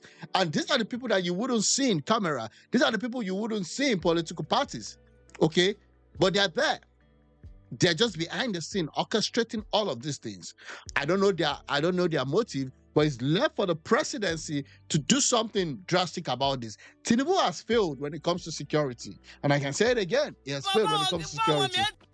We'll head over to Kwara State now, okay, where residents of Ajase, Ipo, and surrounding communities in the state staged a massive protest alleging that a recent surge in deadly attacks and bloodletting was orchestrated with the help of a mysterious helicopter. The protesters claim that a helicopter repeatedly cycled the area and dropped heavily armed men who subsequently carried... This is war. Oh, you drop armed men using helicopters. So you cannot fly over the spaces of the country without you having certain level of permission. Who are these people doing this? There are certain individuals that are doing this, and I don't care what their motive is. Oh, they want to make Tinubu look bad. Then Tinubu should do something about it. You need to do something about it. You need to come out forcefully. And again, if this would even cause the loss of the life of the person in charge of the nation, you must at least fight it out. That is why you are the president. You cannot just come and just say, oh, I've given directives to my security chiefs. Who the hell is the security chief? When you have helicopters circling our villages, you have powerful men doing stuff. You've got to get to the bottom of it. And I don't mind whoever the person is. If he's a stalwart in PDP or APC or LP or ADC, whoever they are, you need to call them out. Because the people doing this thing, they're either in their big mansions with their wives, and they have their children in abroad in the United States. That's what they do. They don't live in the midst of the people. Their children are not the ones that are heavily harmed. And if it belongs to a foreign terrorist organization, this is the time for you to say this stops now. Don't just go after just the ban alone. Go after those people sponsoring them. Let them know that you are actually onto them. Because this is war. How would you have helicopters in the sky circling a whole village and have heavily harmed men drop like it's a war? So if they can fly the helicopter to a Kwara State location, that means they can fly the helicopter to a location in Oyo State. They can fly it to a location in Ogun State. They can fly it in a location even in Lagos State.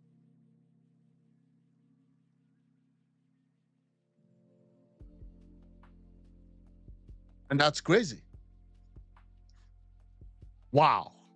Wow. About attacks, including lethal ambushes on local vigilante members. The community, some of whom were seen fleeing in viral videos, accused security operatives of both collusion and abandonment, noting that local vigilantes were suspiciously disarmed right before the attacks.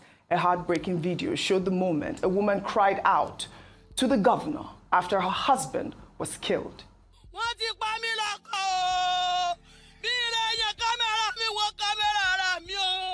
Ìjọba Kwara àwọn DSS gbébọn fáwọn méjì aláwọn gbàbọn lọ́wọ́ àwọn ọdẹ Yorùbá.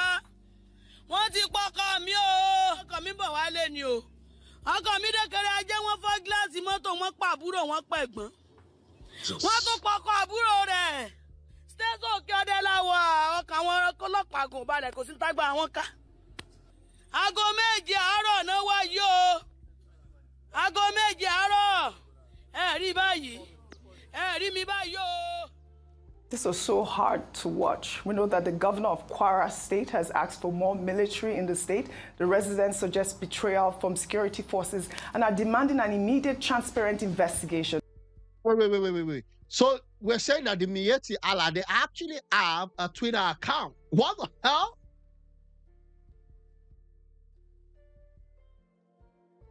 Under Baba Hoffman Magbad supervised elections and irrigation in all 36 states, and FCT fostering transparency, unity with farmers, and accountable. What?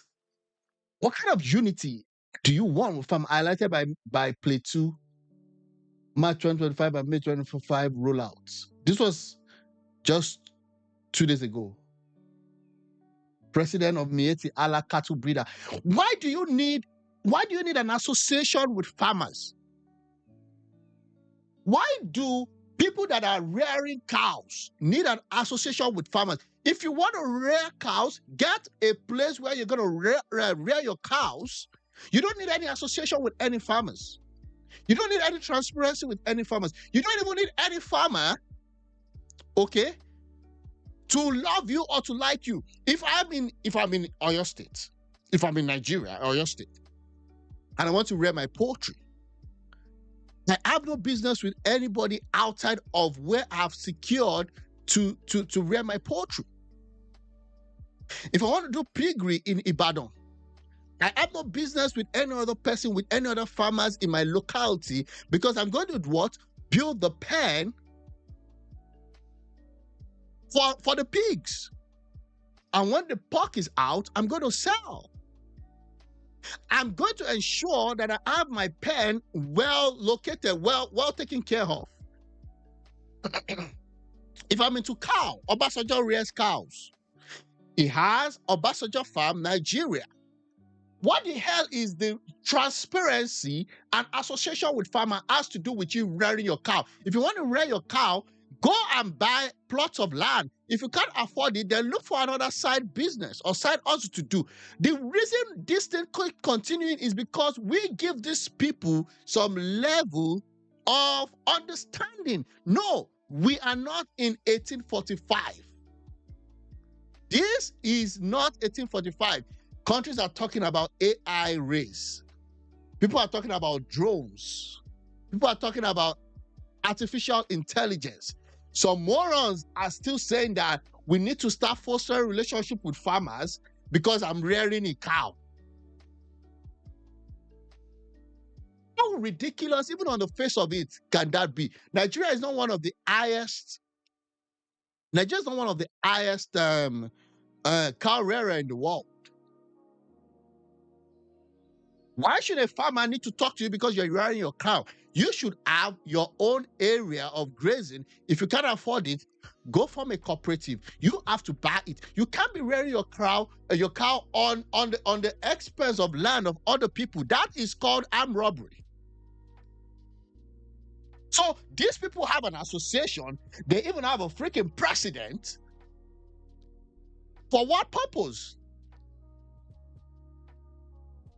For what purpose? Like, they even have chapters. They have chapters. See now.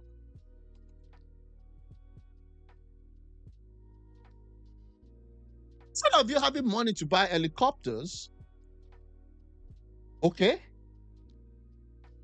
maybe you should use the money for the helicopter or the money that the bandits are using to sponsor themselves to buy some plot of land, fence it all around. You can fence it with wires and have your cow eat there.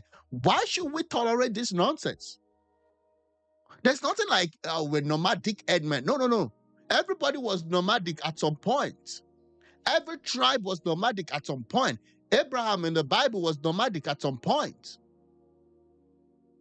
But when it became great, there was a battle between Abraham and Lot. They had to separate.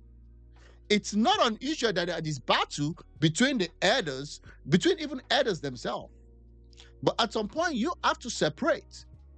And when they separate, you get your own land. If you want to rear a cow, rear your cow somewhere. There are Yoruba people that have cows, that have grazes also. They fence it all around. They buy their own land. If you cannot afford it, sell 1 or 2 cows, buy some more land. And if your ecological system does not sustain you, cannot sustain your destiny, innovate. People innovate. Like, I don't even understand why retards. Okay, look at this one. Miyati Allah. Miyati Allah. Miyati Allah. Miyati Allah. There's a Jigawa state, Miyati Allah. There's an Edo state. I saw Edo state too.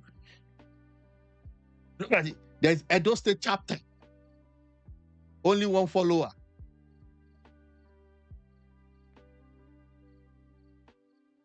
This is a war. Okay. Avoid this also, like, who is this? The Mieti Alakatu Breeder Association of Nigeria, Edo State chapter, congratulates Honorable Out for his appointment as Chief of State they are in government. That's why they are able to commandeer, what's it called? An helicopter. Allegedly, though. What's this?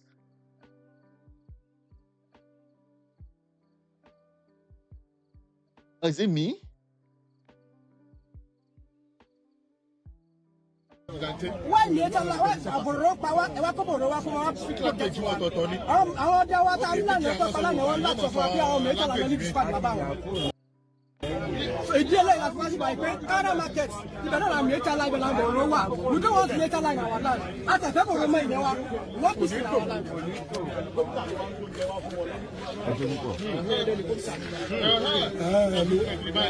Ó ti lọ́wọ́ àwọn. Orúkọ tèmi ní Sẹ̀sán ìpínlẹ̀ rẹ̀. Nǹkan tó ń ṣẹlẹ̀ ń sìn ó ń dùn wá gan. Bí àwọn ọmọ ẹ̀yà wa táwọn gbowó táwọn gbẹ́ ní ti tọmọlọ tí ara wọn gẹ́gẹ́ bí security ló ń pa yìí. Ìkú tó náà ń kojú gbẹ̀ẹ́ ni òwe ló ń pa mọ́yàn. Àtàwọn ọgbà ìbọn lọ́wọ́ wọn ní alẹ́ ìjẹta fún àwọn fẹ́ lọ sáfíìsì ẹ̀ wọ́n dẹ̀ pa gbogbo wọn lánàá. Kẹ́lẹ́ mọ̀ pé àwọn tó gbà wọn lọ́wọ́ wọn wọ́n mọ̀ sí nǹkan tó ṣẹlẹ̀ nìyẹn. Kọ́ba bẹ àwọn ìjọba kọ́ba lọ́wọ́ sí nǹkan tó ń ṣẹlẹ̀ yìí. Àjọ kílẹ̀ lè sọ pẹ̀lú wọn ní drone kan ṣiṣẹ́ mọ́júmọ́ lọ́jọ́ yẹn pé ó capture kinní kan ní side ìwé. Wọ́n ní kọ́pítà kan ṣiṣẹ́ mọ́jú kó dẹ̀ drop àwọn èèyàn. Kọ́pítà kan ṣiṣẹ́ kó dẹ̀ drop àwọn èèyàn. Pé àwọn dẹ̀ fura pé àwọn èèyàn tó drop wọn kó ìbọn lé wọn lọ́wọ́ pé kọ́ lọ́wọ́ attack. Níjọ́ kejì.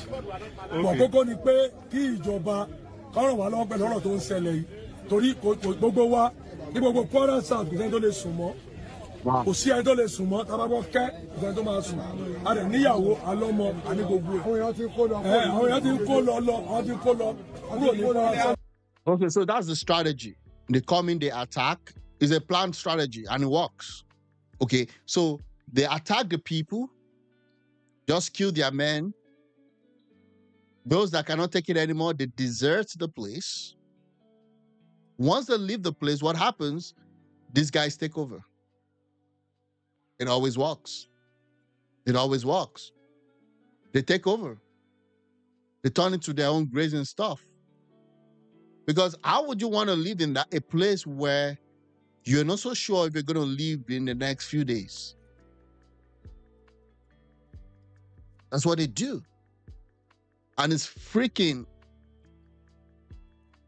painful. They kill people in Yoruba land and Igbo land. And it's the same Fulani and Hausa soldiers they always send to maintain peace. So you've got all these people coming, and this has been happening. This is not yesterday's issue. It's been happening years and years and years and years over. Just because you want to rear some ugly cows, then everybody has to pay for that. And you have to also ask yourself, at some point, what's the cost of the cow or the meat you're eating? It's some people's life anyways, not just the hay that they eat, not just what they eat. It's the sacrifices of decent human lives.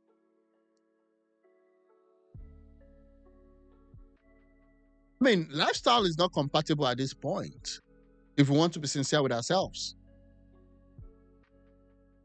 Because you want to rear your cow, then you've got to kill people. And these people can go to their farms. They can rear, they can grow their crops and harvest it because a cow needs to eat. Are we that retarded? kíjọba ràn wá lọ́wọ́ ibi tí ó wà yẹn kíjọba ràn wá lọ́wọ́ wọ́n ní gáràjì ní baba ńlá wọ́n ní gáràjì ní olùyàsàngó wọ́n dẹ̀ mọ̀ pé wọ́n wà ń bẹ̀ sago gbogbo èèyàn ló mọ̀ pé àmì wọn kọ́ wà ń bẹ̀ ọlọ́pàá mọ̀ kọ́ wà ń bẹ̀ kíjọba wa lọ́wọ́ kọ́ lọ bọ́ǹbù wọn ń bẹ̀ ibẹ̀ ní gáràjì wọn. àwọn agbésùmọ̀mí àwọn ẹni yìí wọ́n ní ibùba. baba Ṣàngó nílé wọn wọ́n lá kí wọn. ibẹ̀ ni báwa kí wọn ọmọ sí yorùbá kankan bẹ̀ mọ́. àní báyìí tí ẹ fi di dá ọ̀nà tí kò sí lílọ bíbọ̀ ọkọ̀ kò sí lílọ bíbọ̀ ọkọ̀ kí wàá ní ohun tí ó máa ṣẹlẹ̀ báyìí. kọ́lẹ̀ mọ̀ pé ó dùn wá dé ọkàn torí àwọn èèyàn wa náà ń pa àwọn tàjọ ń jókòó tàjọ ń jẹ.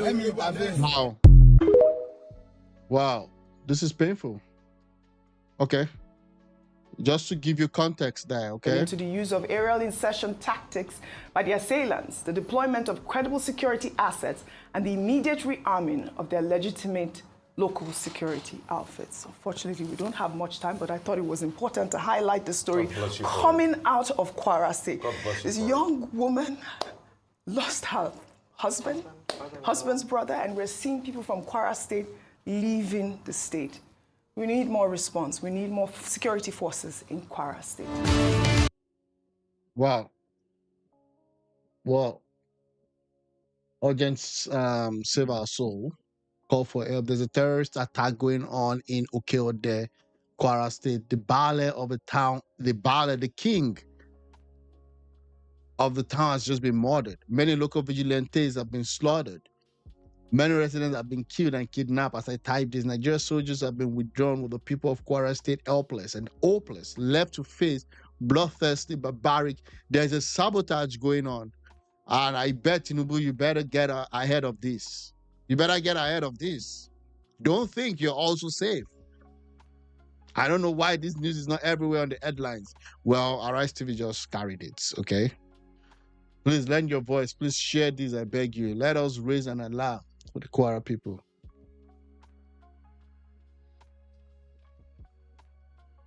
Let us not act as if we don't know Kwara will fall into the hands of Boko Haram and other terrorist demonic organization.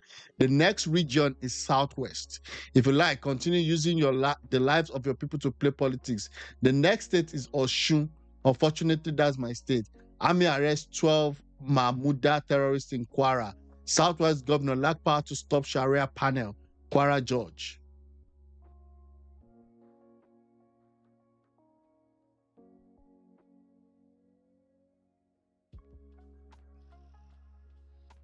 Yeah. You see this one? Likes to play politics with the life of people. Quite I feel pain. Remember our APC abandon you into the hand the next time your election comes. You see, this is the ridiculous nature of people that are on this platform. Okay? This is the ridiculous thing. Now, instead of you trying to look for solution, it brings in electioneering into this. As if you had put the other person there, things would be really different. I don't know. I just don't want to talk about that now. My own aim is let Kwara know peace. Lórí ọ̀rọ̀ ìfẹ́ ló dùn Kwara South generally àwọn bandits wọ́n terrorize wa gan wọ́n dẹ̀ fún wa ní sleepless nights kò sẹ́ni tó lè sùn kò sẹ́ni tó lè gbélé mọ́ wàhálà yìí wá pọ̀ débi pé àwa youth throughout Kwara South à ń try láti communicate à ń pera wa láti bí 3 days bàbá ńlá wọ́n ti spoil gbogbo ẹ̀ àwọn ọ̀dọ́ wọn kọ̀ọ̀kan tó wà ń bẹ̀ wọ́n á fún wa ní information pé mọ́tò Dangote tó ń lọ lójoojúmọ́ òrékè yẹn ń sìn ó ti tú bẹ́ẹ̀ mọ́tò Dangote dẹ̀ ń lọ bẹ̀ mọ́tò Dangote yẹn wọn ò mú àwọn driver àwọn kan kidnap wọn kí Dangote máa san million àwọn èèyàn wa tó ń dáko tó ní 1,000 lọ́wọ́ àwa náà ń jí gbé mọ́tò Dangote yẹn àwọn discover pé òun ló ń gba ransom tó ń gbà lọ́wọ́ àwọn èèyàn ló lọ ń deposit ẹ̀ sákàǹtì àwọn kidnapper mọ́tò Dangote yẹn náà ló tún ń ra ammunition wọlé fáwọn kidnapper àwọn decide bílù ti wà lẹ́ni nígbàjà home of island nírèsé àti blọọkù títì mọ́tò Dangote kankan ò ní wọnú gbàjà lẹ́ni látẹ̀ní lọ adẹ̀ ti gba ọ́dà látọ̀dọ̀ chairman wa honourable Fẹ́mi Yusuf Ìfẹ́lódún local government chairman àti gba ọ́dà lọ́dọ̀ gbogbo àwọn tó yẹ ká gba ọ́dà lọ́dọ̀ wọn àbá wọn jà akọ̀ ń dá wọn padà ní gbogbo tó bá wù kán kó dání tó lágbára wa ò ká wọn. fídíò tàdé ń ṣe yìí a fi ń pe àwọn alágbára Nàìjíríà tó sínú ìbàjẹ́ kó ràn wá lọ́wọ́ Kwara South tún sunkún ó ń pa àwọn èèyàn wa ó ń jí àwọn èèyàn wa gbé ẹ ṣàánú wa ẹ ràn wá lọ́wọ́ o. It's painful. So Dangote truck, allegedly, because again, it may not even be for Dangote. It might just be one of their drivers. I don't know, but it's quite painful. Níbi tí a gbọ́ pé wọ́n ti ṣe ìkọlù ní àárọ̀ àná yìí ojú ọ̀nà ni ó dá yìí àwọn ọ̀dọ́ ti ya sí ojú ọ̀nà ìlú náà wọn ò jẹ́ kí ọkọ̀ kankan kí ó kọjá a sì tún rí ọkọ̀ bọ́ọ̀sì ńláńlá tó kó ẹrù àwọn ènìyàn àwọn tó ń fi ìlú sílẹ̀ tó ń sá àsálà fún ẹ̀mí wọn látàrí ìkọlù àwọn agbébọn. They want to bring IDP into the Southwest. They want to bring IDP into the Southwest, and deeper challenges would be when all of these things keep happening. That it's also going to be the part to also radicalize the Southwest. What the hell? It's not compulsory that you should be a nomadic individual. If the business doesn't work again, get another line of business. There's nothing like, oh, this is the business that my great forefather made and handed over to me. There were times when you had typists in offices. Now there are no more typists. They moved on. If you cannot rear your cow, if you don't have what you need to sustain your animals or your cattle, then by no means choose another line of career. This is moronic. And there are powerful people behind all of this. Okay, let me tell you something. I knew that at a point when the North decided to say, you know what, we're actually done with Tinubu, you're going to be seeing a lot of these things happening. You're going to be seeing a lot of these things happening. And that's why I hope Tinubu is ready to give them fire for fire. Every single individual lives in Nigeria should value the same. I mean, if you're saying that the Nigerian lives don't really put more value on it, well, then that not value that is being put. Let everybody's life be on the same platform, on the same level, rather. Well, it is what it is. Okay.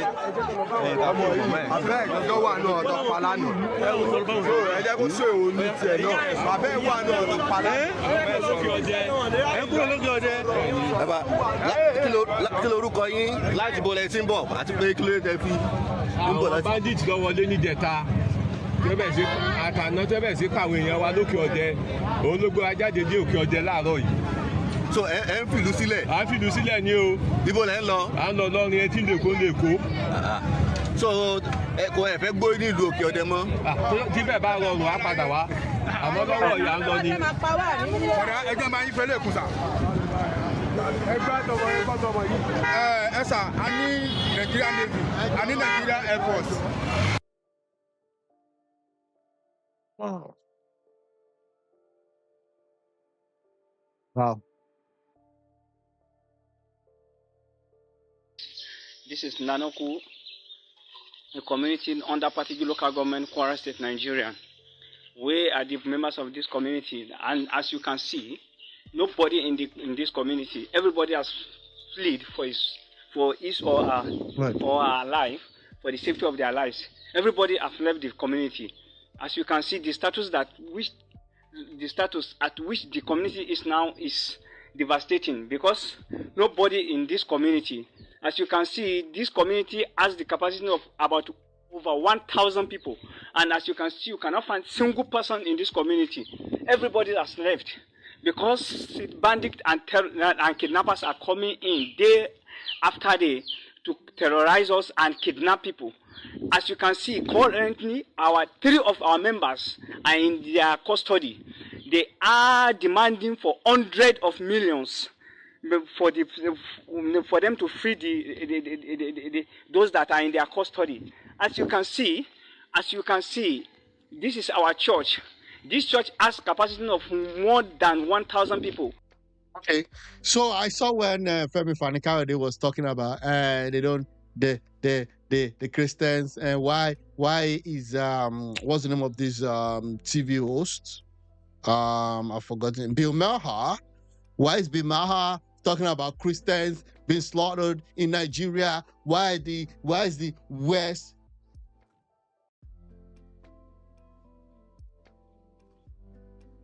This is a church. It's closed down. I'm not saying that they don't attack other religions, but we know that the first religion under attack will always be the church. It will always be the church. When they went to war to kill 50 people in a Catholic church, it will always be the church the target. It only goes downhill from there when they destroy people or the church people leaves because they have this bloodthirsty spirit in them. Then they start turning against other Muslims. But at first, it's always the church they go for. It's because it's a destructive spirit in them that then make them to start going for other Muslims. By the time they've attacked the church, and maybe people move because, peace-loving people, right? They get out of the place. But the bandits are still there. But because they have this bloodthirsty spirit and there is no more Christians to kill, then they start killing the other religions too. But again, in all instances, they go for the churches first. And as you can see, nobody, no single person for them to free those that are in their custody. As you can see, this is our church. This church has capacity of more than 1,000 people. And as you can see, nobody, no single person in this church today is Sunday, and no single person in the community that will go into the church and pray. because everybody has left. As you can see, this community is devastating day after day. About 10 days ago, they have been running for their lives. Some people do come in the daylight. They will come and take care of their farm product. But now, you cannot even go to farm. So you can't go to farm because some idiots have cattle. Like, it doesn't even make sense. Doesn't even make, like, I don't understand. Like, do people think through their brain or think through their through their legs? You've got a cow or a cattle. I've got a farm. So because you're running your cattle, I can't farm? In 2025, year of our Lord. And we've got the biggest church in Lagos. We've got these three big church, big cathedrals in Lagos. Kwara State is not far from Lagos. Where are the people talking? What's happening? We don't need a Bill Maher, a white TV host, to say, even if he gets the numbers wrong, even if he exaggerates the number, we don't need him. We've got bishops, we've got Khan, we've got PFN, we've got all these things. What are they doing? Until they get, oh, no, it's not 100. They kill both Christians, they kill both Muslims. We know the first point of attack is the churches. You could not go to farm because they will come into your farm and kidnap you, and they will be demanding for a ransom of hundreds of millions. Please, we are pleading to the government of Kwara State. And what the hell is Tinubu doing? What the heck is he doing? Like, I don't even understand. Oh, I knew what I want to do. I asked for this problem. I know the challenges are so much, and that's why I asked for it. What are you guys doing? What are you doing with security? Your people are busy pursuing Showore on just 2-line statement, and the whole country is burning. The Federal Republic of Nigeria and the chairman of particular local government, that they should come to our aid and rescue us from the hands of these people. Because as you can see, many of our farm products are there. They are done for harvest, and we could not harvest them. Because when you go to farm, they will come for you and they will kidnap you. If you refuse to follow them, they will shoot you and eliminate your life. See, and what they are demanding for is what we cannot afford. Millions of... If anybody kidnaps anybody, just kill them. Right? Just kill them. I mean, why would you negotiate? And that's why, like, at some point, this is anarchy. If you're kidnapping people, you're killing people just again. And this thing, it has a way it moves around. You may think, oh, you're secured. It has a way it moves around. I mean, imagine Arise TV carrying this news. The lady that was, the Arise TV news that we just saw, Audrey, or what's her name, was really shaking and crying because she is currently mourning a colleague. Hundreds of millions of nairas is what they are demanding for, and we cannot afford for it. How do they afford millions? Look at where they live. These people are farming. And I would say majorly subsistence farming. We only saw one tractor in the old village trying to live, and then somebody will tell me, Obasanjo did some great things in Nigeria. This is the aftermath. This is the aftermath. People that they're just trying to survive. They're battling inflation. They're battling a lot of hardship. And you've got Akpabio there making jest of let the poor breathe. They want us to survive. And we have been pleading to the Kwara State government, the Federal Republic of Nigeria, and even the local government that they should come to our aid. They should send down security personnel that they will come and secure the village. And they do not listen. They don't act into our request. We don't know what we have done to them. They refuse to come to our aid. Please and please, we are pleading to the Federal Republic of Nigeria, the Kwara State government, and the chairman of party local government, that they should come to our aid and rescue us from the hands of these people. As you can see, the whole community is empty. No single person in this community. This guy has been walking for the past 3 minutes. And nobody. This is not a small community.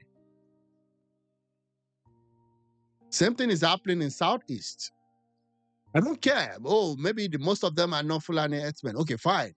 Whoever it is that is doing, the moment you do that kind of thing, you are not eligible to be among the living.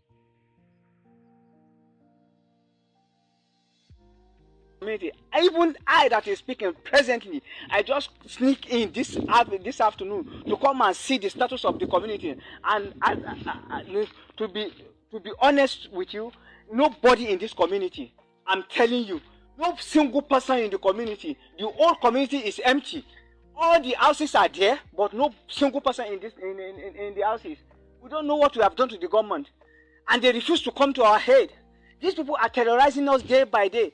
More than 15 days now, these people have been terrorizing us. About a month ago, they come and eliminate some people in the community. We do not care. We take it at that maybe it is over. But now what they are doing to us is worse than what they have been doing before. Day after day, they do come in. They will eliminate. They will kill. And even some of your valuables, they will carry them away. We don't know what we can do anymore. If you have a new bike in this community now, you are danger. Imagine, just a bike, which is the lowest of the low in terms of automobile. Man, when I see those politicians at times, I don't even know. I don't even know what to say. Because they will be hunting after you day after day. They will be monitoring your movement. Once they know that they see you where they could not, where nobody is around, they will attack you and collect your bike. And those people, they are in the bush. They are in the bush coming with sophisticated weapons. They have sophisticated weapons that we do not have. How can we confront them? We can't confront them. And even present as I'm speaking with you, I am in the compound of the village head. As you can see, no single person, even village head, don't go now, because he's not ready to die.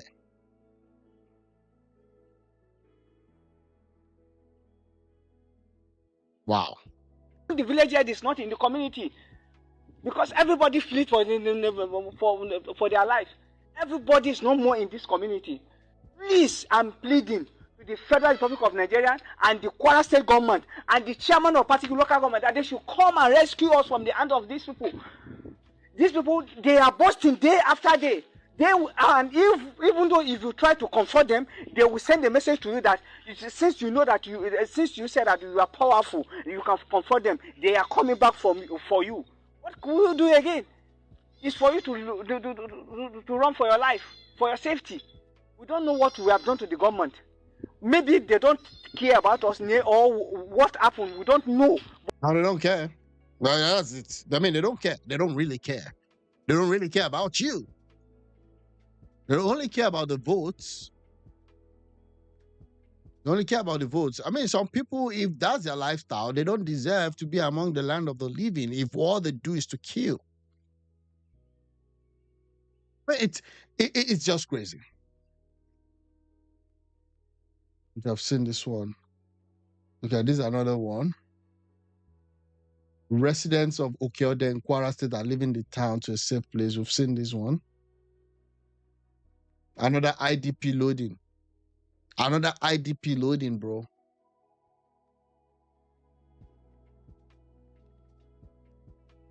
Okay, the Nigerian Air Force conducted multiple coordinated missions across this. Okay, this is just coming 2 minutes now, right?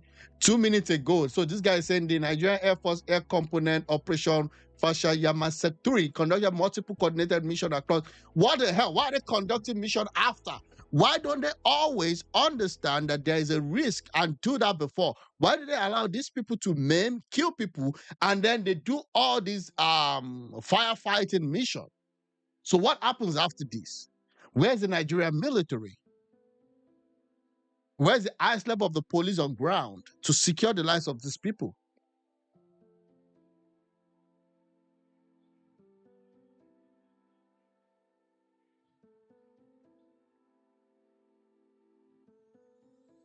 Look at this one now. Kwara Governor Abdulrazak administration circulates old Borno airstrike photo as military response in Okiode community. That's how retarded they are.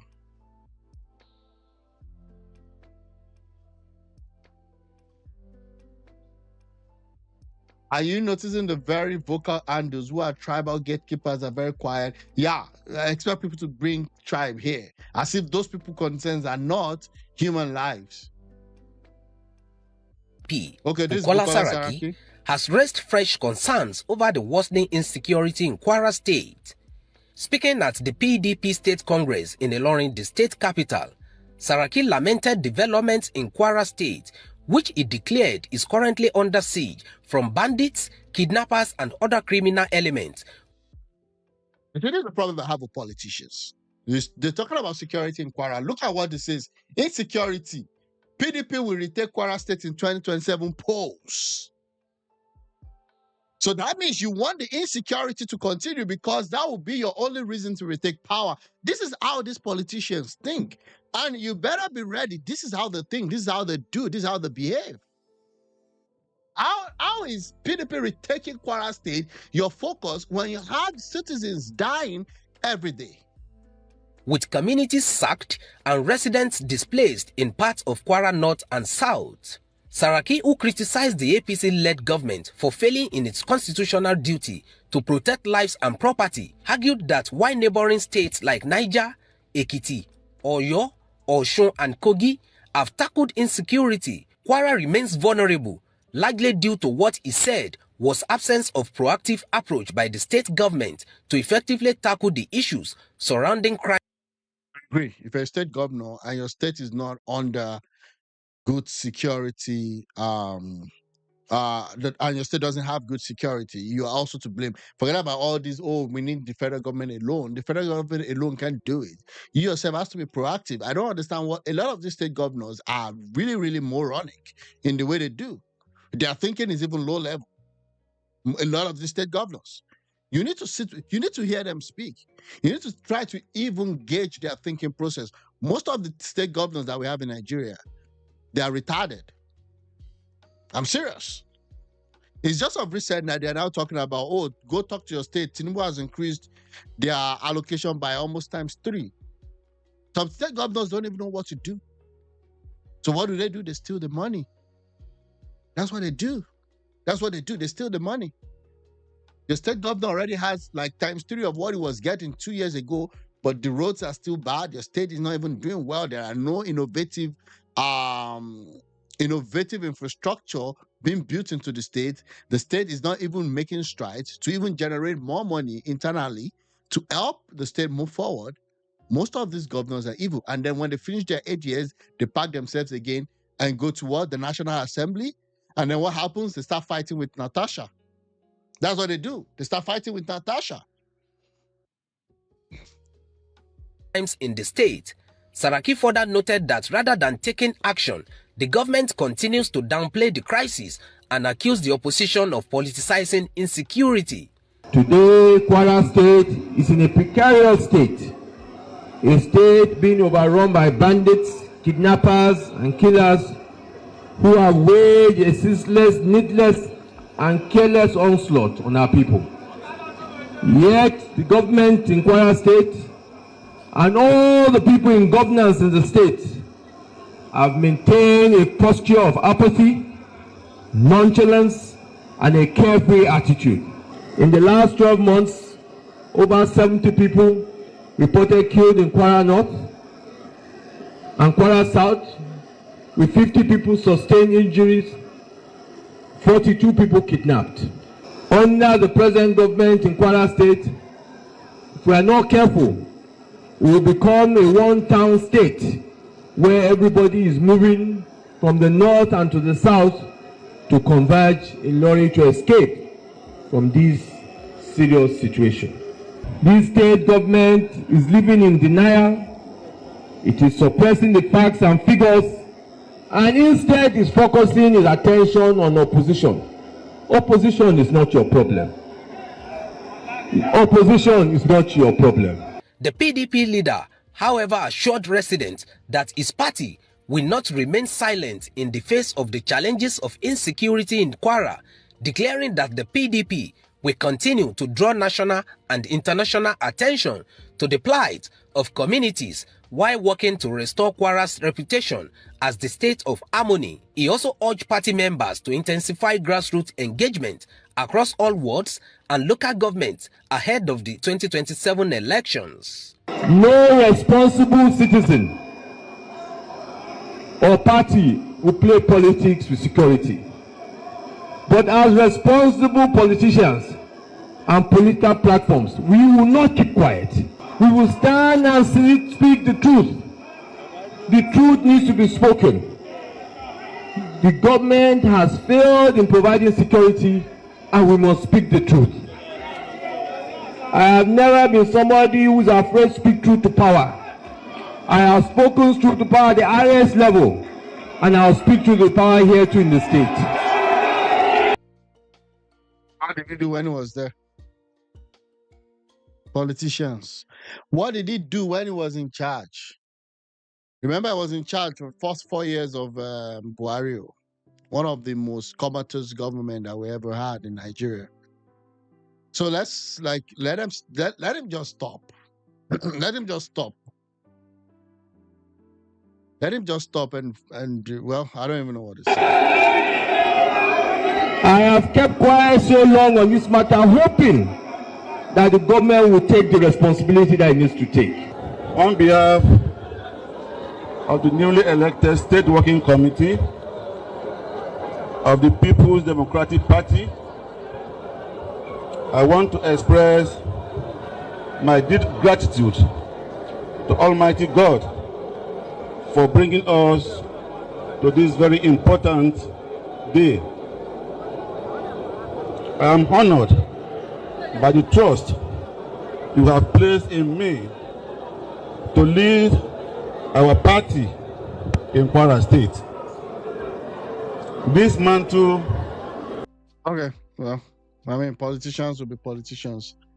I don't know what to say. Odds FG to tackle insecurity, Odds Governor Abdul Razak. I don't even know what that one is doing. Yeah, so this is it.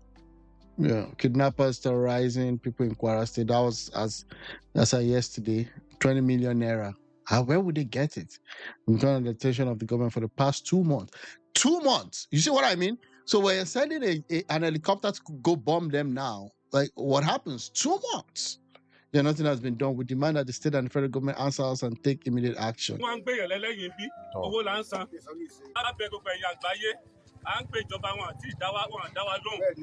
Àwọn èèyàn wa ti pé wọn bí oṣù méjì ń sìn àti san 20 million wọn tún ní ká gbé 20 million míì wá. What? Ní ìjẹta báyìí àwọn ọmọ wa ẹ̀dẹ́rìn àwọn ọmọ wa méjì àrí wọn báyìí nínú gbọ́tà bòròró bóyá wọ́n pa bí àrí wọn láti jẹta láti jẹ́rìn láti wá wọn báyìí.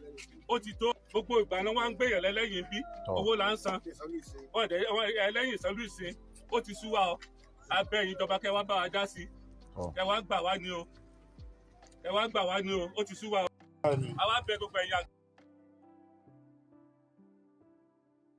State attacked by bandit. Yeah, we fear the most is now unfolding with multiple attacks on people living in Okeodo, another part of Kwara. We appeal to the Army, DSS, NSA, police. Stop negotiating peace deal with terrorist devils. I don't understand who the hell, whoever is even bringing this idea. Like, somebody is a terrorist, goes to kill people, and then you give them the front row. And that was what Shore was saying. That, okay, I said Tinubu is a criminal, and you're bringing me to court, slamming criminal charges on me. If I were to be a terrorist, I would be on the front row, having I-5 with you guys in the name of peace deal, putting innocent life at risk. And Nigerians in Kwara State have a right to defend themselves. They have a right to defend themselves. Enough of this, we're begging the government to do something. I don't care. You guys have to protect your own state, your own people. I mean, if they're coming to kill your people, then what are you saying? You're waiting for the federal government to help you do stuff? No, the federal government is as useless as it comes at this point. As long as they've killed one person, you have the right to defend your state and to defend your community, whatever it takes. And the best bet is for you to take the battles to them, not to wait for you to be attacked.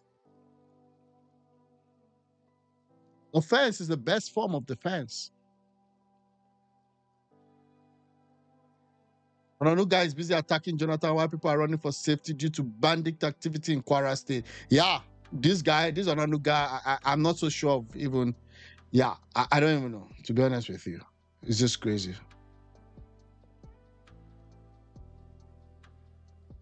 I mean, a lot of materials here, bro.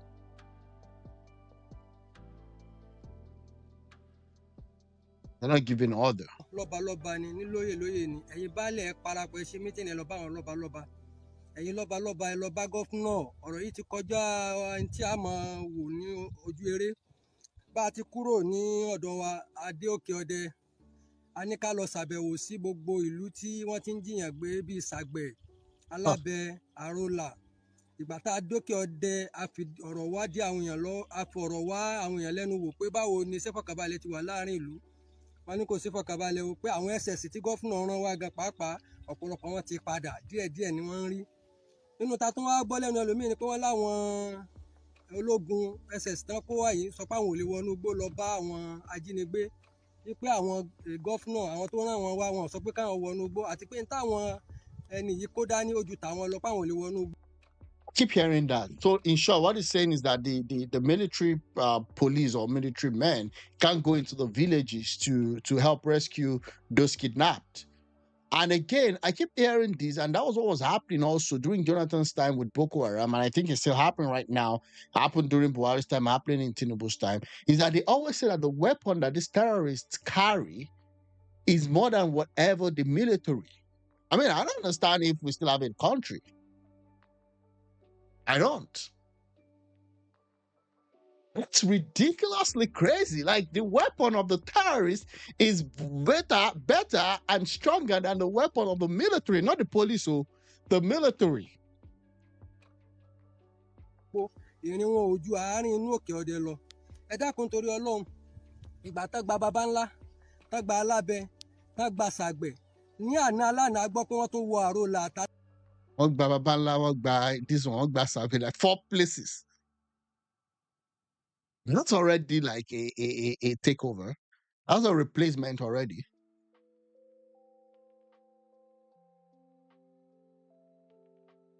I don't care what you do, whether you're rearing cattle and you need space to rear your cattle, I don't care. Lábẹ́ wọn tó ń pa àwọn èèyàn tó já àwọn èèyàn gbé ẹ dákun ọ̀rọ̀ yóò tí ì lójútùú ìjọba Kwara ẹ ràn wá lọ́wọ́. Ìjọba Kwara useless. Ìjọba Kwara is useless already. Àbí kí là ń sọ? They are killing your people. I don't understand how you can be a governor and they are killing your people, no matter who they are. They are killing your people while you're like, I don't understand why you're not shouting from the rooftop and petitioning the federal government because they won't give you state police. I don't know why you're not moving from Abuja to this place and going to all those nooks and crannies to secure your people and release them. Wá ṣàbẹ̀wò sí torí à ń tọ́ Kwara lọ́wọ́ ni adé òkè ọdẹ là ń fẹ́ràn ọ̀wọ́ àwọn èèyàn lẹ́nu wò àwa wá ní ká lọ wájú ká tiẹ̀ dé Àrólà ká dé Sàgbẹ̀ ká wọn tó ń ṣẹlẹ̀. Okay. Meanwhile, while you're talking about this team, so this guy is talking about Southeast. You know, there's a lot of issues. Although, when will this madness end? What kind of freedom do you claim to fight for by killing your own people, burning their properties, and forcing them indoors every Monday? I thought the sit at home is over. As I write this, the entire Southeast is under lock and keys. Tell me, is that freedom or slavery or slavery to in the midst of so many challenges? This is Southeast, though. In the name of the Biafra Liberation Army, I would like to greet every human under the sound of my voice. This press fighting for freedom, and look at the way they have all their faces covered. I don't have any doubts in my mind, and I'm not saying that's what is happening, But I wouldn't be surprised if the people sponsoring these guys in the southeast are also the same people sponsoring the Fulani herdsmen or whatever bandits. I don't know if it's Fulani herdsmen. Let me just call them bandits. Okay, the bandits that are in this in Kwara State, or maybe they are working in unison. Briefing is taking place today, 21st September 2025, in the midst of so many challenges. We implore all lovers of justice and freedom to come together and unite each effort to get justice for the marginalized people of Biafra, a people threatened with extinction. Liberty is the natural condition of the people. Servitude, however, is fostered when people are raised in subjection. Why freedom may be forgotten? Why freedom may be forgotten by Fulani terrorists, but have refused to free His Excellency. Anyways.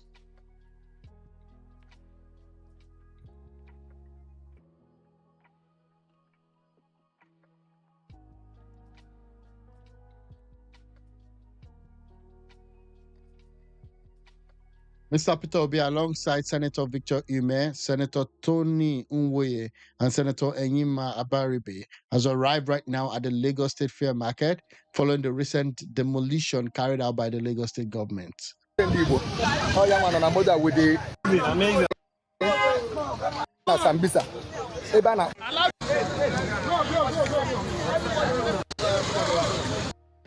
to what extent is this one? What's the purpose? Let me see. Law-abiding, hard-working people trying to do your business. We cannot be talking about foreign investors. We're local investors are not protected. We can only bring foreign investors if local investor is protected. One of the houses they destroyed ever. The man's partner with the daughter, he find investors on his office when he was being destroyed. You think if they come back, they'll come again? No. They will come back. Everyone foreign investor to protect the local investor. Make the business thrive. What government is supposed to be doing here is coming to support you people. For the market to improve, not to destroy anything. You have taken all these legislators, you have taken it on, all we are feeling. Let there be peace. Let there be reconciliation. Let all the states of Nigeria and everywhere understand what you have a new Nigeria like this. Thank you. Okay, we're gonna be talking about foreign investors while you're destroying the ones in your country. Why did they destroy it? What happened? Are there legitimate reasons why they had to, do what has to be done? Okay. Yeah. Again, and Christopher Abudana will come and start speaking English. I don't have the full story, but it seems like also the level of tribalism and the level of fights between the Igbos and the Yorubas in Lagos is getting to an uncharted territory. Maybe Lagos people have, maybe they have their own reasons for doing that, because I'm not unaware that there's been some very, very inflammatory attitude and speech. But at the same time, okay, this is something where people have to come together to talk about, how they want to, foster prosperity and common ground and understanding between different tribes and different people. I don't see a lot of these agitations from the Hausas in Lagos. I don't see any problem between the Hausas and the Yorubas in Lagos. Now, I can say you should always bring your business to Lagos or not, but again, I think that leaders should talk to each other and ensure that there is a good level of communal living. Okay?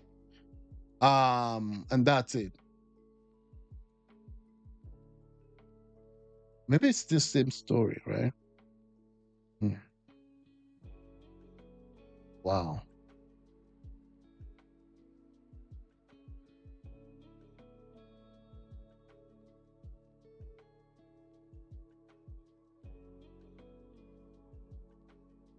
Okay, police discreetly moved the NURT official Samsudeen Oladiti alias Shamelon out of the court premises to their means chant for justice. The 55-year-old union leader is facing charges for murder and assault tied to violent incidents on Lagos Island. Is this not the guy that attacked the driver of Keke? I think that's the guy, right? It's quite unfortunate. Why would he shoot the guy like that? I mean, he killed another man. If you kill another man, you should be killed. Why is it carrying him like this?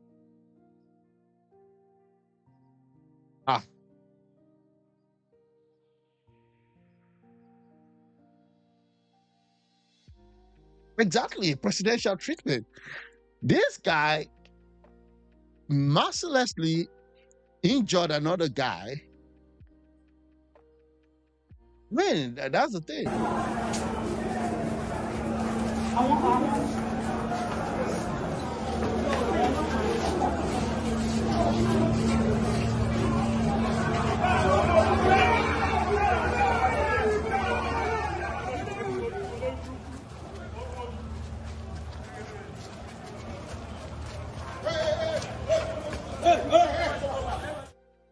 Wow. Wow.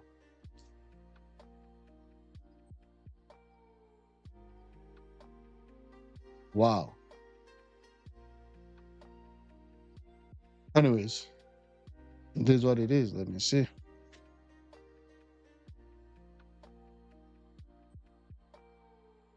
I've not had time to talk about this issue with that happened between Mama P Fool and yourselves. I dey fear una. I said it is what it is. Instead of any of you to contest 2027, no need to fool yourself, Jonathan. No need to fool yourself, Amechi. No need to.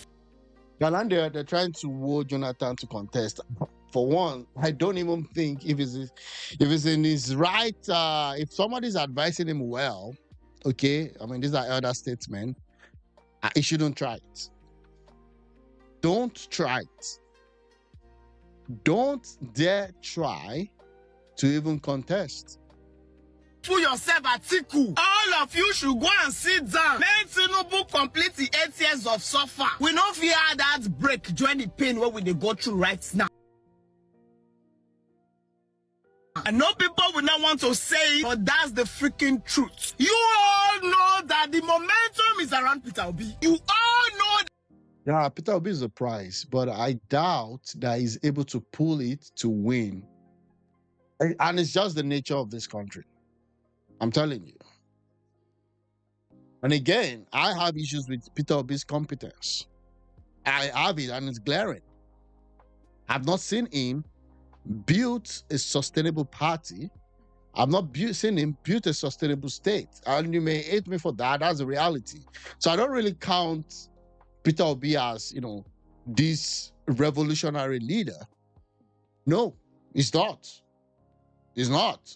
I mean, I understand people have issues processing data and all of that.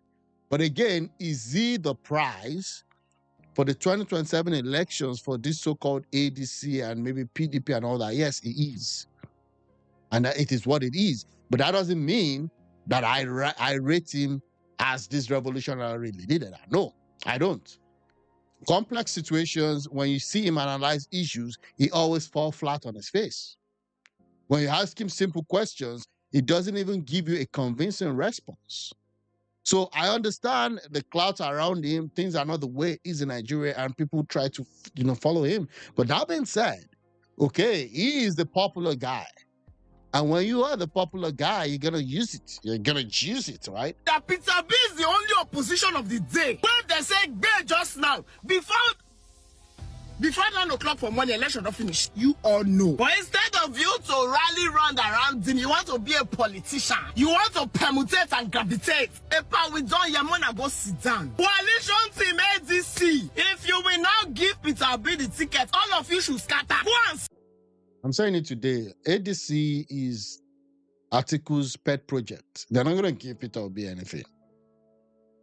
They're not going to, Atiku won't step down for Peter Obi. I don't understand why people don't understand that. That Atiku is hungry for power and is getting to an obscene level of obsession that he wants to be Nigeria's president at all costs. And it was in a bid to get that. That was why he went to meet Peter Obi and said, Peter Obi, come and help me out. Okay? And then Peter Obi became a national figure, all thanks to what Atiku helped him to achieve. Not that Peter Obi was not loved in himself. He always goes to the platform. He always talks about his good stuff and all that. But again, without Atiku, Peter Obi would not have gotten this national. Even with that, also, there's two places where Peter Obi is not known. And that being said, the next step of Peter Obi after that, being a person that has benefited from PDP, was that when it got to 2023 elections, he deserted Atiku, I would say politically, stabbed him in the back, left him, and went to LP. The reward for that is not them giving him the tickets, okay? You might hate Tinubu today. You might not like him today. He vigorously worked for Buhari. You might not like what Buhari did. You might even hate Buhari's accomplishment, which was a lot of issues, right? For 8 years, Tinubu was just there. Helped him in 2023. Sorry, helped him in 2015. Helped him again in 2019. For his second time, that's Tinubu helping Buhari. And all of these things happened. Within that 8 years, Tinubu was not getting younger. He believed in the process. He built a party. He built a structure all across the country.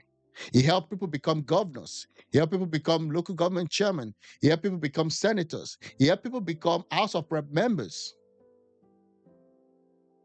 There were times in the party where they almost got rid of him.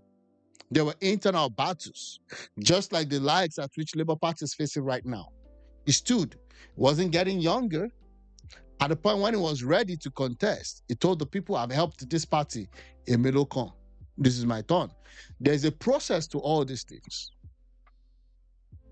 The price of Peter Obi dumping Atiku in 2023 that cost possibly Peter Obi the vice presidency, or maybe nothing, and cost Atiku the presidency, the reward to that is not giving him the ticket automatically. Let's not fool ourselves. There's a process, and you may not like it. It's a country. You might not like it. You might like it. It might not give you the result you want, but there's a process. So ADC would never give Peter Obi the ticket. Let's not deceive ourselves. Again, one of the issues I have with Peter Obi, after the 2023 elections, he came out to tell people he won that election, but never had any data, even at the minimum level. I mean, it's left for the court to decide to say, yes, you won or not, but he didn't have any data to make that statement. That was a very careless statement that he made. And he made that statement crying. He said, we won the election and we're going to prove it to you. Then he went to court. He couldn't prove it because if you look at the prayers and all the things he was praying the court to do, there was nowhere in Peter Obi's court case where he said, I won the election. He was saying, oh, Tinubu had a drug case. Oh, he was saying that he wasn't qualified to run. Shettima wasn't qualified to run because he was a governor. He had already wanted to run in the governorship stuff. And then again, I'm just saying. So I don't like any of these three people. I don't like their politics. I believe Jonathan didn't perform when he was the president. Atiku, Obasanjo said, is a corrupt being. Amechi was in the past Buhari's presidency with nothing to really show for it. So I don't like them, but at the same time, that doesn't mean I will capitulate to Peter Obi that doesn't even understand complex stuffs. And he might be a good man. He might be a nice man. I don't know. I don't know him. But again, it's not just black and white. Okay? Sit down. Now you have no zone presidency to where it should be. More PDP don't. Oh my God. Can I talk about this zoning again? Somebody said, you don't know what you're talking about. You don't know about Nigerian politics. You don't even know anything. You're talking about zoning. Zoning is what I'm like, dude. Or maybe lady, I don't even know who that person is. You people now all of a sudden now love zoning. Zoning is BS. Zoning is BS, and I keep saying it again and again and again. Zoning, the origin of zoning was from PDP in 1999 when they said they're going to rule Nigeria for 60 years, and they shared it amongst themselves, among every region at some point. It didn't even take two presidencies before that zoning thing broke down. Zoning is BS. If you're not ready to walk and you think they're going to give you the presidency just on a platter of, oh, it's my turn. I mean, you people were against zoning when it got to Edo State election. All of a sudden now, maybe because it's going to help your guy, nothing was zoned to the south. Again, people say, no. Tinubu was, no. Atiku could have won that election. Let's be sincere with ourselves. If Peter Obi stuck with him. So what are you going to say about zoning at that point? If Atiku had won in 2023, if Peter Obi had stayed with Atiku and he had won in 2023, what do you want to talk about zoning? At the end of the day, you're going to go to a general election. So you guys are now using Tinubu's work that he did to ensure that he get the APC ticket. Mind you, he ran for primaries in that APC. You know, say, zoning to the south. Like, I don't believe in zoning. I understand it's an arrangement that people make. But the problem with zoning is that you can get the most retarded to be your leader because it's zoned to that retarded state. Try zone is going to the south. You people are still confused, moving about like devils, seeking for what to devour. If you know you will not be focused, leave us in this suffering. Don't raise our hopes high. Get Peter Obi, for you to come out as vice president, do not come outside. Nobody go vote. Never seen set of politicians that hate their countries like Nigeria politicians. You people know the solution. Rather beat around the bush. Why people die? I don't know. This video is going to offend virtually everybody. I don't care. Yeah, I know that's what you guys do. I mean, you guys are running high on emotions for the most part. You guys don't understand politics. Okay? Again, you should know that they're not going to give Obi anything. They just need him to be able to get votes. They're going to give him maybe VP and give him some stuff, but nobody's going to give him presidency at this point. So his best bet is he should have actually worked on LP, ab initio, to be strong post-2023 elections, instead of wasting his time in the tribunal and not really amounting to anything. You know, like, this is the only tribunal that I watched that nothing really came out of it. Those days when Tinubu and APC or CPC goes to the tribunal, they get something. That was how they got the BVAS, they got the IREF, they got all this accreditation. Because Obasanjo's election was beyond the pale. But it is what it is. You people will shout and talk, put emotion, insult people. Even the obedient movement is depleting by the day. Because this is all you've got. Emotions, noise, you know. My message this morning is simple. If you people will not support the flag bearer of the masses, y'all motherfuckers need to go and sit down. In fact, if you people insist and contest, here we take it that you have been paid to destabilize the masses. It's not all the time they've been paid. Peter Obi has not been able. You see, you must be able to get to a point where people will say, okay, fine. You've been able to walk the ranks. LP is in shambles. LP is in shambles. They've not really won any major stuff since 2023. Any local election, any local race, they've not. So how on earth would they give him the presidency? If they give him the presidency without even a primaries, how is it going to be able to face the Chanchantum structure? Maybe you want to call it the rigging machine. I'm not here to defend anybody. I'm not here to defend Tinubu or any of his people.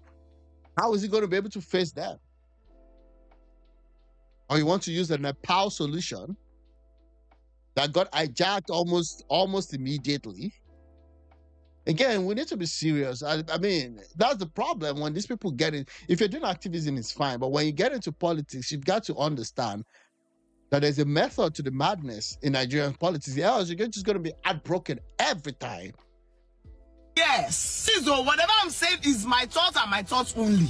Exactly. What I'm saying also is my own thought and my own thought only. I'm not mentioning anybody. I don't expect anything from anybody. I'm not trying to be in the good books of anybody. I just say what I think. It might be wrong. It might even be retarded. It is what it is. Thoughts. Now my thoughts. Atiku insists that after 4 times of trying and failing, if Jonathan comes out at this point and says wants to contest, you could step down for Buhari, but you cannot step down for a Peter Obi. And you know, you didn't step down for Buhari. Where are you getting your information for? He was in a primaries with Buhari the first time in APC. The second time he contested against Buhari. Like, what are you guys? These people they don't even understand what they're talking about. He didn't step down for Buhari. Look at what he said. Well, look at what she said here. Step down for Buhari, but you cannot step down for a Peter Obi. Atiku insists that after 4 times of trying and failing, if Jonathan comes out at this point and says wants to contest, you could step down for Buhari, but you cannot step down for a Peter Obi. And you know clearly the masses is with. I hear the smell. Okay, I mean, you can shout and shout and shout. At the end of the day, you still have to go to the polling booth and vote. Okay, it is what it is. Yeah, let me just take it easy today. Going through these news stories and these very tragic stories, like Somi's death, for example, the fire, that happened in Marina a couple of weeks ago. There is no never again in Nigerian context. There's nothing that tells you that an ambulance will get to the... Yeah.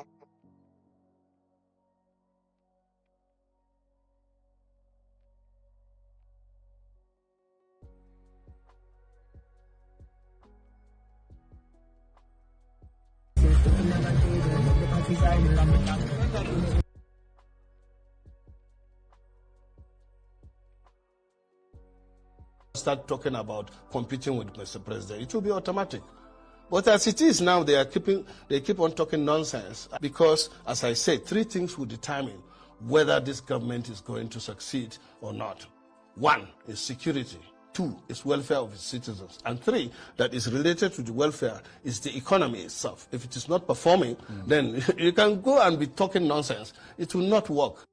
By the time the president is performing very well and Nigerians are happy, nobody will come and start talking about. So now Buhari is now the standard. I don't even understand. I understand these people are Buhari's hangover, and she's not been recognized in this government. So naturally, she would be not happy with the Tinubu's government. But that being said, again, it is what it is. I mean, it is well. Okay. Let me even call it obedience movement political talk is even more honorable because they are worse than says Ayo Dynasty. Making this obedient movement unattractive for reasonable Nigerians, and as it seems now, it may seem as though the greatest qualification to be called an obedient is for you to lack courtesy, for you to lack decorum, for you to be mannerless and very, very rude. Because the way some of you people act, you are not different from the thug on the streets. And if you ask me, calling you guys political thug is even too honorable of a name to call you people, because you people are even more worse than being a political thug. Because I don't understand the meaning of what Mama P did. How can you see somebody at the airport and then the first thing that comes to your mind is for you to go and start harassing this person innocently, calling him names, calling him different kind of names? Well, I understand that it's people's family issue because both Abure and the Mama P and Peter people belong to the same family of, you know. It's an obedient crime. It's an obedient. You remember when Afe Babalola, when he arrested, what was it called again? When the police arrested Dele Farotimi because he defamed Afe Babalola, I was like, oh, Afe Babalola is an obedient. This guy is also an obedient. What's it called again? Dele Farotimi is an obedient. It's an obedient versus obedient crime. They can sort themselves out. I don't get myself involved in obedient versus obedient issue. Abure versus Mama P, that's their issue. Political mockery. However, it is very, very annoying. And the reason why I'm making this video is because of one point that she actually made, which is that whenever she sees any politician, she's going to be going around embarrassing them. I hope people are actually hearing her say it by herself, that she is going to be going around embarrassing people that did not offend her. So when people start reacting to her provocation, you people should not come to the street of social media to start this emotional blackmail. She herself has said it, that she is going to be going around, you know, embarrassing people on the streets just because they have different political ideology from her. Good luck. Good luck to that. I mean, again, I'm not against that strategy. If somebody is stealing your money as a politician and you have it on good authority and you see the way they are living their lives and they're not doing anything, you can call them out, you can protest against them. That is bound by, as long as you're not inciting violence or you're not physically attacking.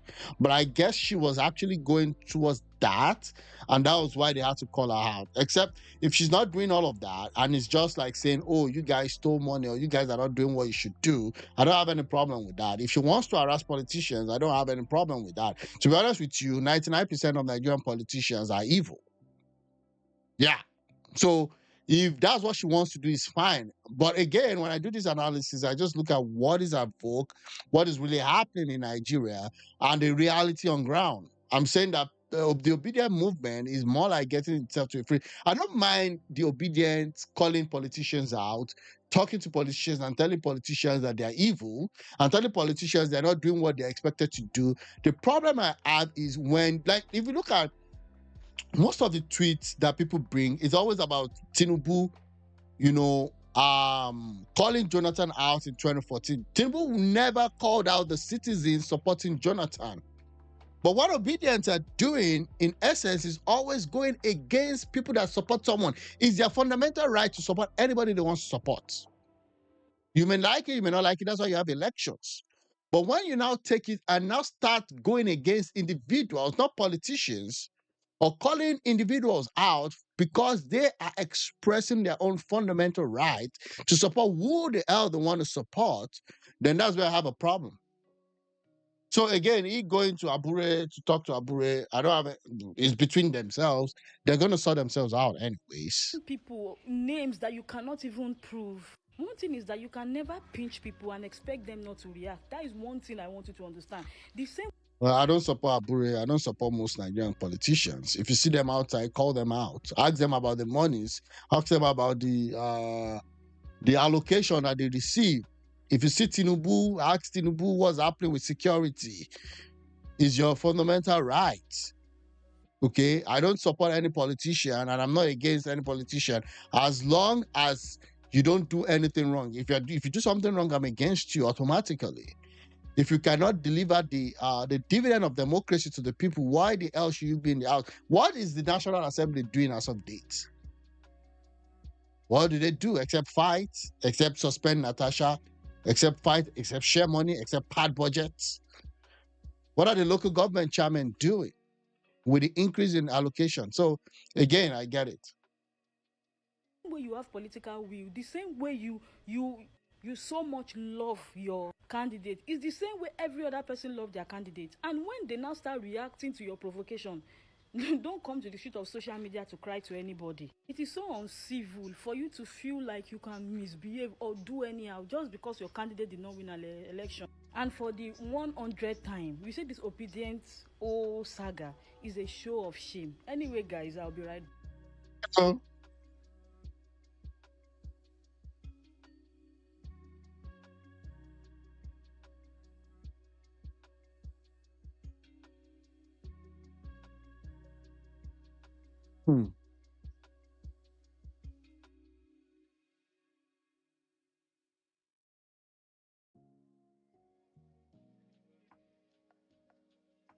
Okay, people are being killed indiscriminately in Canada. It is Yoruba land. Okay, well, you can always argue that. You can't even lace the shoe. I don't understand when someone comes to criticize Obi. People say you've not achieved what he achieved. Like, what the hell did he achieve? I don't know. People have the right to speak their mind. What is and then you see some retards online will say, nobody has achieved what he achieved. I'm like, dude, this guy is going to be a president. You have the right to confront him and like scrutinize his viewpoints. That's what politics is all about. It has nothing to do with personal achievement. Because I understand that's what you guys want. That's how you guys live your life. You all like money and all of that. That has nothing to do with money. But it is what it is. Oh boy. Nigeria is stupid generally. Morocco's man is better than I know they will come for him. But even the youth are protesting. I don't mind being arrested. Look at this goat here talking about political thugs. The real thug and politicians are still away your future. Again, I'm saying, yeah, if so a guy they go Morocco. Oh God have mercy. It's just crazy. I mean, Twitter is a mess. Twitter is a cesspool already, right? I don't even care. I don't even care. Twitter, I don't even care. Or X or whatever they call the old thing. Opposition figure eulogizing the infrastructural stride of the renewed Hope administration as he joins the Minister of Work during an inspection tour. I don't know if this guy is still an opposition figure. What's it called again? Shegun Showomi. I think it was with Tinubu at My some name point, is right? Otunba Shegun Showomi, the We convener know. of the alternative movement and a very strong stakeholder in the gain opposition, People's Democratic Party of Nigeria. Okay. You see, we must accept as Nigerian citizens that there are times in our history where we must breathe in, breathe out, and begin to look at how we can develop our nation. And one of the things that we have found to be the thing that developed other nations like Singapore, China, Indonesia, and many of the countries, including Dubai that you have, and you all love, especially watching it on social media, is building consensus around development. And when the Honorable Minister, who in my opinion is one of the most accessible, conscientious, and easy to relate with ministers that the President have, I have very strong feelings that if he had about 3 of these, most of the misunderstandings will be gone. He's invited us to come and take a look at this project. We'll look at it on behalf of the Nigerians with a very critical eye of Nigeria. We'll say what we see, we'll query what we think should be queried, and we'll converse on your behalf. You can be rest assured. But one thing you must know, a nation at 65 must be in a hurry to get the linkage of infrastructure that can also make it resemble the countries that you all love and want to be. God bless the Federal Republic of Nigeria. Thank you very much for the opportunity. Thank you. A quick one. This guy, I won't be surprised if tomorrow he becomes an APC member. I'm just saying. If I won't mention your name again because I don't see you as an activist, you are not among the most important people in Nigeria. This government is the best. What Tinubu is doing is fantastic. Hunger is the only problem of Nigeria now. Replies very dark man. I don't seriously. These guys, I don't really. I'm not gonna. I mean, because these people that are online, they don't really know much about politics. And I'm not saying I know everything about politics, but at times when their premise of argument is always low IQ based. And I'm not saying this as someone that is trying to do this thing, but again, some of this just more banter here and there. APC has done nothing to the people other than bring pains to Nigeria. Very Darkman replies, Lege Miami. So Lege Miami has been calling Very Darkman out for always complaining about the bad and the ills in the government of Nigeria. That he should also talk about the good things that the government of Asiwaju Tinubu has been doing. Okay, again, to that I would say, yeah, a very dark man, I believe, I don't know, but I believe he's an activist. Activists are not meant to paint the light of the good things that the government is doing. Activists are meant to point to the bad things that the government is doing. And that's why I'm not an activist. I try to bring both good and bad. Okay. So if that's what he's doing, is within his own right to say, if you think the government is doing something good, you also have the right to highlight what the government is doing that is good. But you shouldn't be calling someone out because it's calling out the bad that the government is doing. The government have their own media offices. They pay them using taxpayers' money.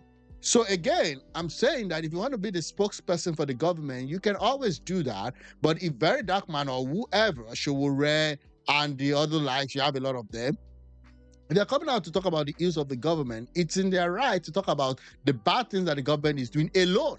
They don't even need to tell you about the good things that the government is doing. So again, that's what I think. Boy, if you like, call me a woo, where you they call goats by your voice. I will still stand on my points. I will not mention your name again because I'm not seen as an activist. You are just doing it because of your pocket, because you want to have more fame. Yeah. So it could be two things also. Yeah. Actually, it goes to areas where there are more virality. That's where you will see him. And again, I'm not going to talk about his approach or not. What I'm just saying is that that's what he does.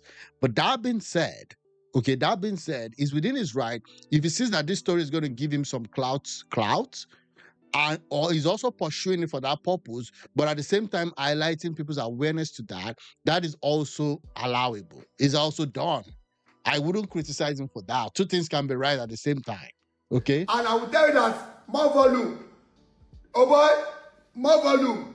But we are real. We are saying if you want to talk about government, in this life, there's a good, there's a bad. So government will also do good, they will also do bad. So we are balancing it. No, you don't need to balance it. You can always talk about the good of the government alone. It's allowed. And you can always talk about the bad of the government alone as an individual. It's also allowed. The two things are not mutually inclusive, right? Like you can say one and you can leave it, and then you can say the other thing, and you can say both. So you decide to say both good and bad of the government, it's also allowed. Posting it to let people out there, our younger ones, to know that this is what is going on in this country.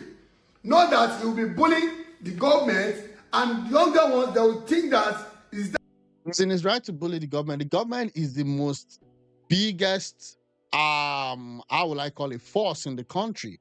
They control the armed forces, they control the police, they control every other paramilitary stuff, they control the Navy, they control the Air Force, they control the corporate treasury of a country. So if a Very Dark Man talking about the government is giving the government nightmares, then it's fine. They are in a better position, and you have people that will criticize them. That's why they call them activists.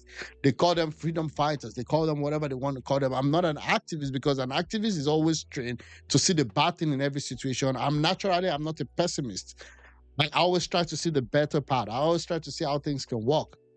I always try to use the carrot and stick method. So I'm not an activist, so I can never, subscribe to Very Dark Man's angle of politics. But it is what it is. It's doing what it's doing. It's pointing people's awareness to things that are bad in the society, things that have gone bad. If you want to do both, it's fine. Is that how the government, is that how they worst? Sorry for my bad English. Sorry for my bad English. Irresponsible, man. I'm not being talking to you, boy. You are not in the industry. If you are counting one important person in Nigeria, you are not the man. What? Like, I thought, is this an ego trip thing? I thought you were trying to address an issue. Which one is most important person in Nigeria? You don't need to be the most important person in Nigeria to talk about the ills of the government. Like, I don't understand. What is this all about? What is this talk all about? Irresponsible, man. Yes. Yeah. Today, please use your page very well. Your page is fantastic. Well known in this our country, Nigeria.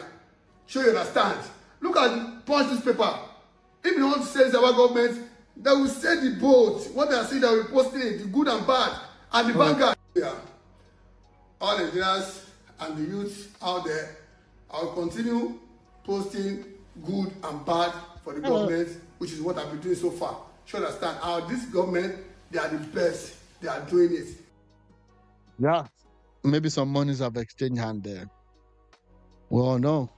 For the education-wise, intelligence is those people, they will understand that what this Mr. President is doing is fantastic.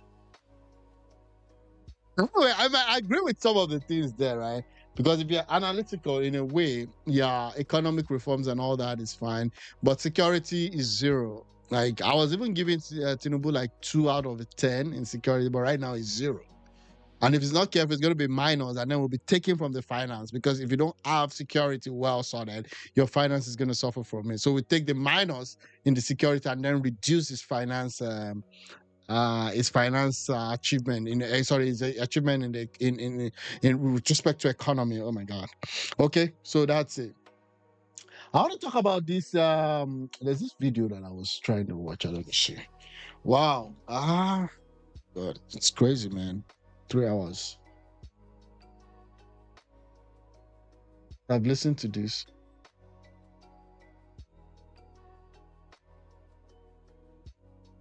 Nupeng and Pengesan are forcing workers into unions to monopolize petroleum. Yeah, but then it's not Dangote's power to stop them.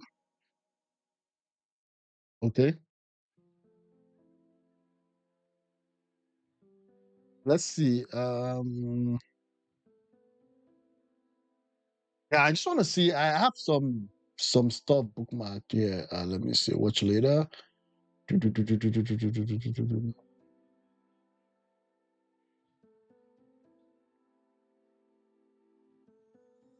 No, I don't have. No, that shouldn't be my playlist. It should be watch later. Sorry about that. I'm looking for my watch later. I don't freaking. As in, at some point, maybe I need to take a break.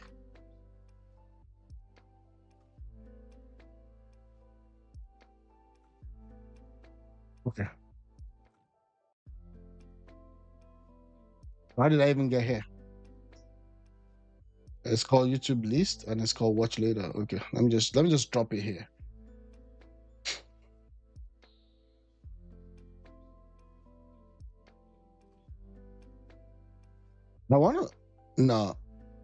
There's this. Let me see. Yeah, there's this third time stuff that I don't want to talk about it now. I think it's every year, every 4 years or every other year.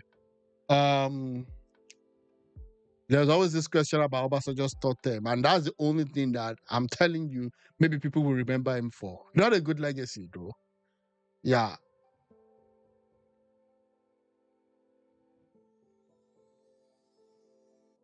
Okay, I didn't keep that here. Let me see.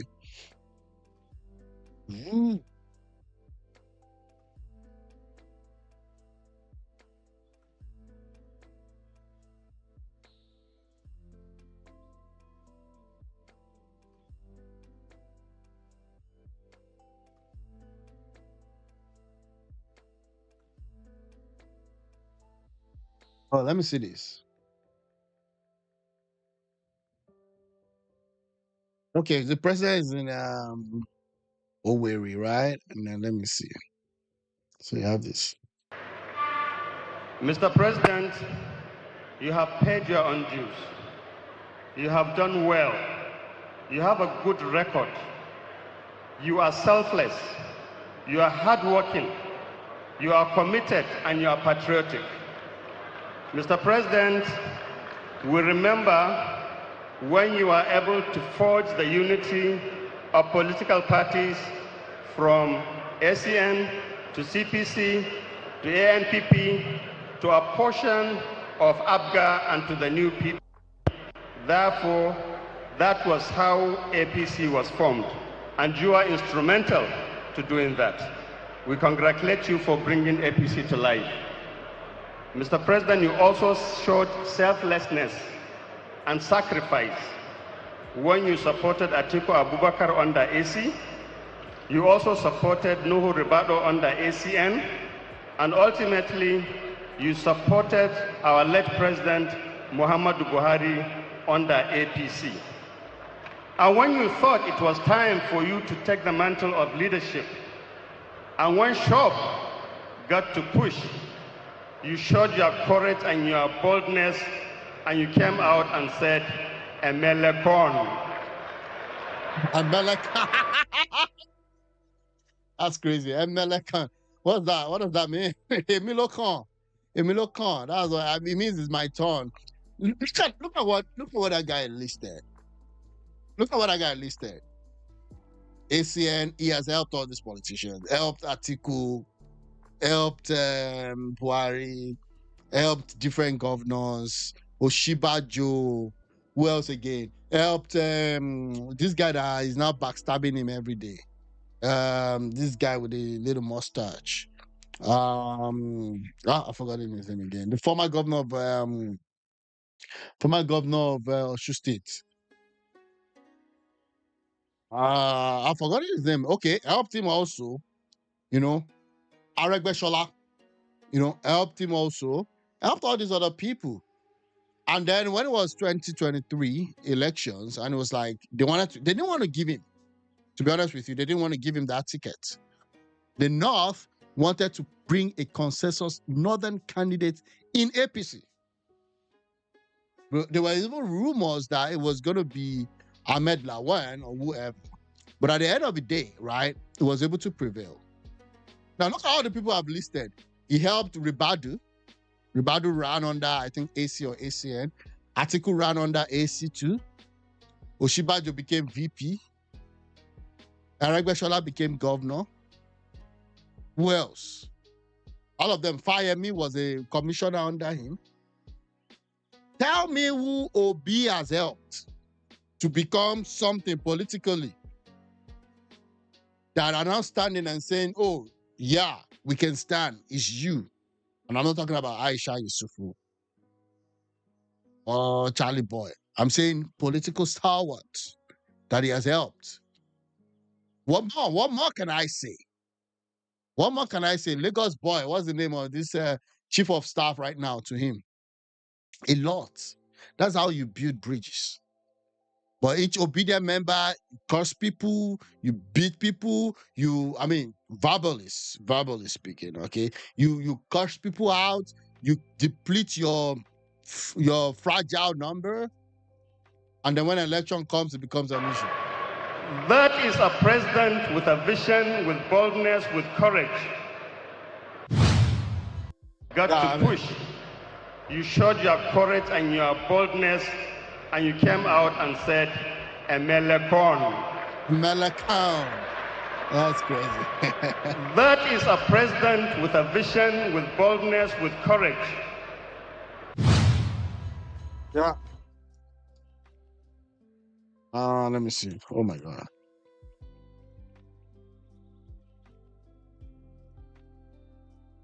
Let me see. I don't know. The news is still developing, so we don't really have much. Imo said for this. We already saw this. Okay. And that's it. Okay. I was trying to actually get something when I stumbled on that Emelekon speech, but it is what it is. Let's see.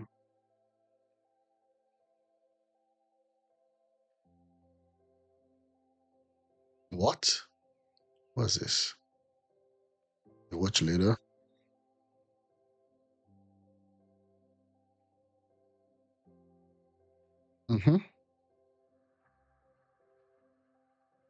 Okay. Yeah, let me see if I can get that. There was this LP guy. So his name is Arabambi, right? He's an LP stalwart. And I think 2023, no, not this one. Not this one. I can get it. Okay.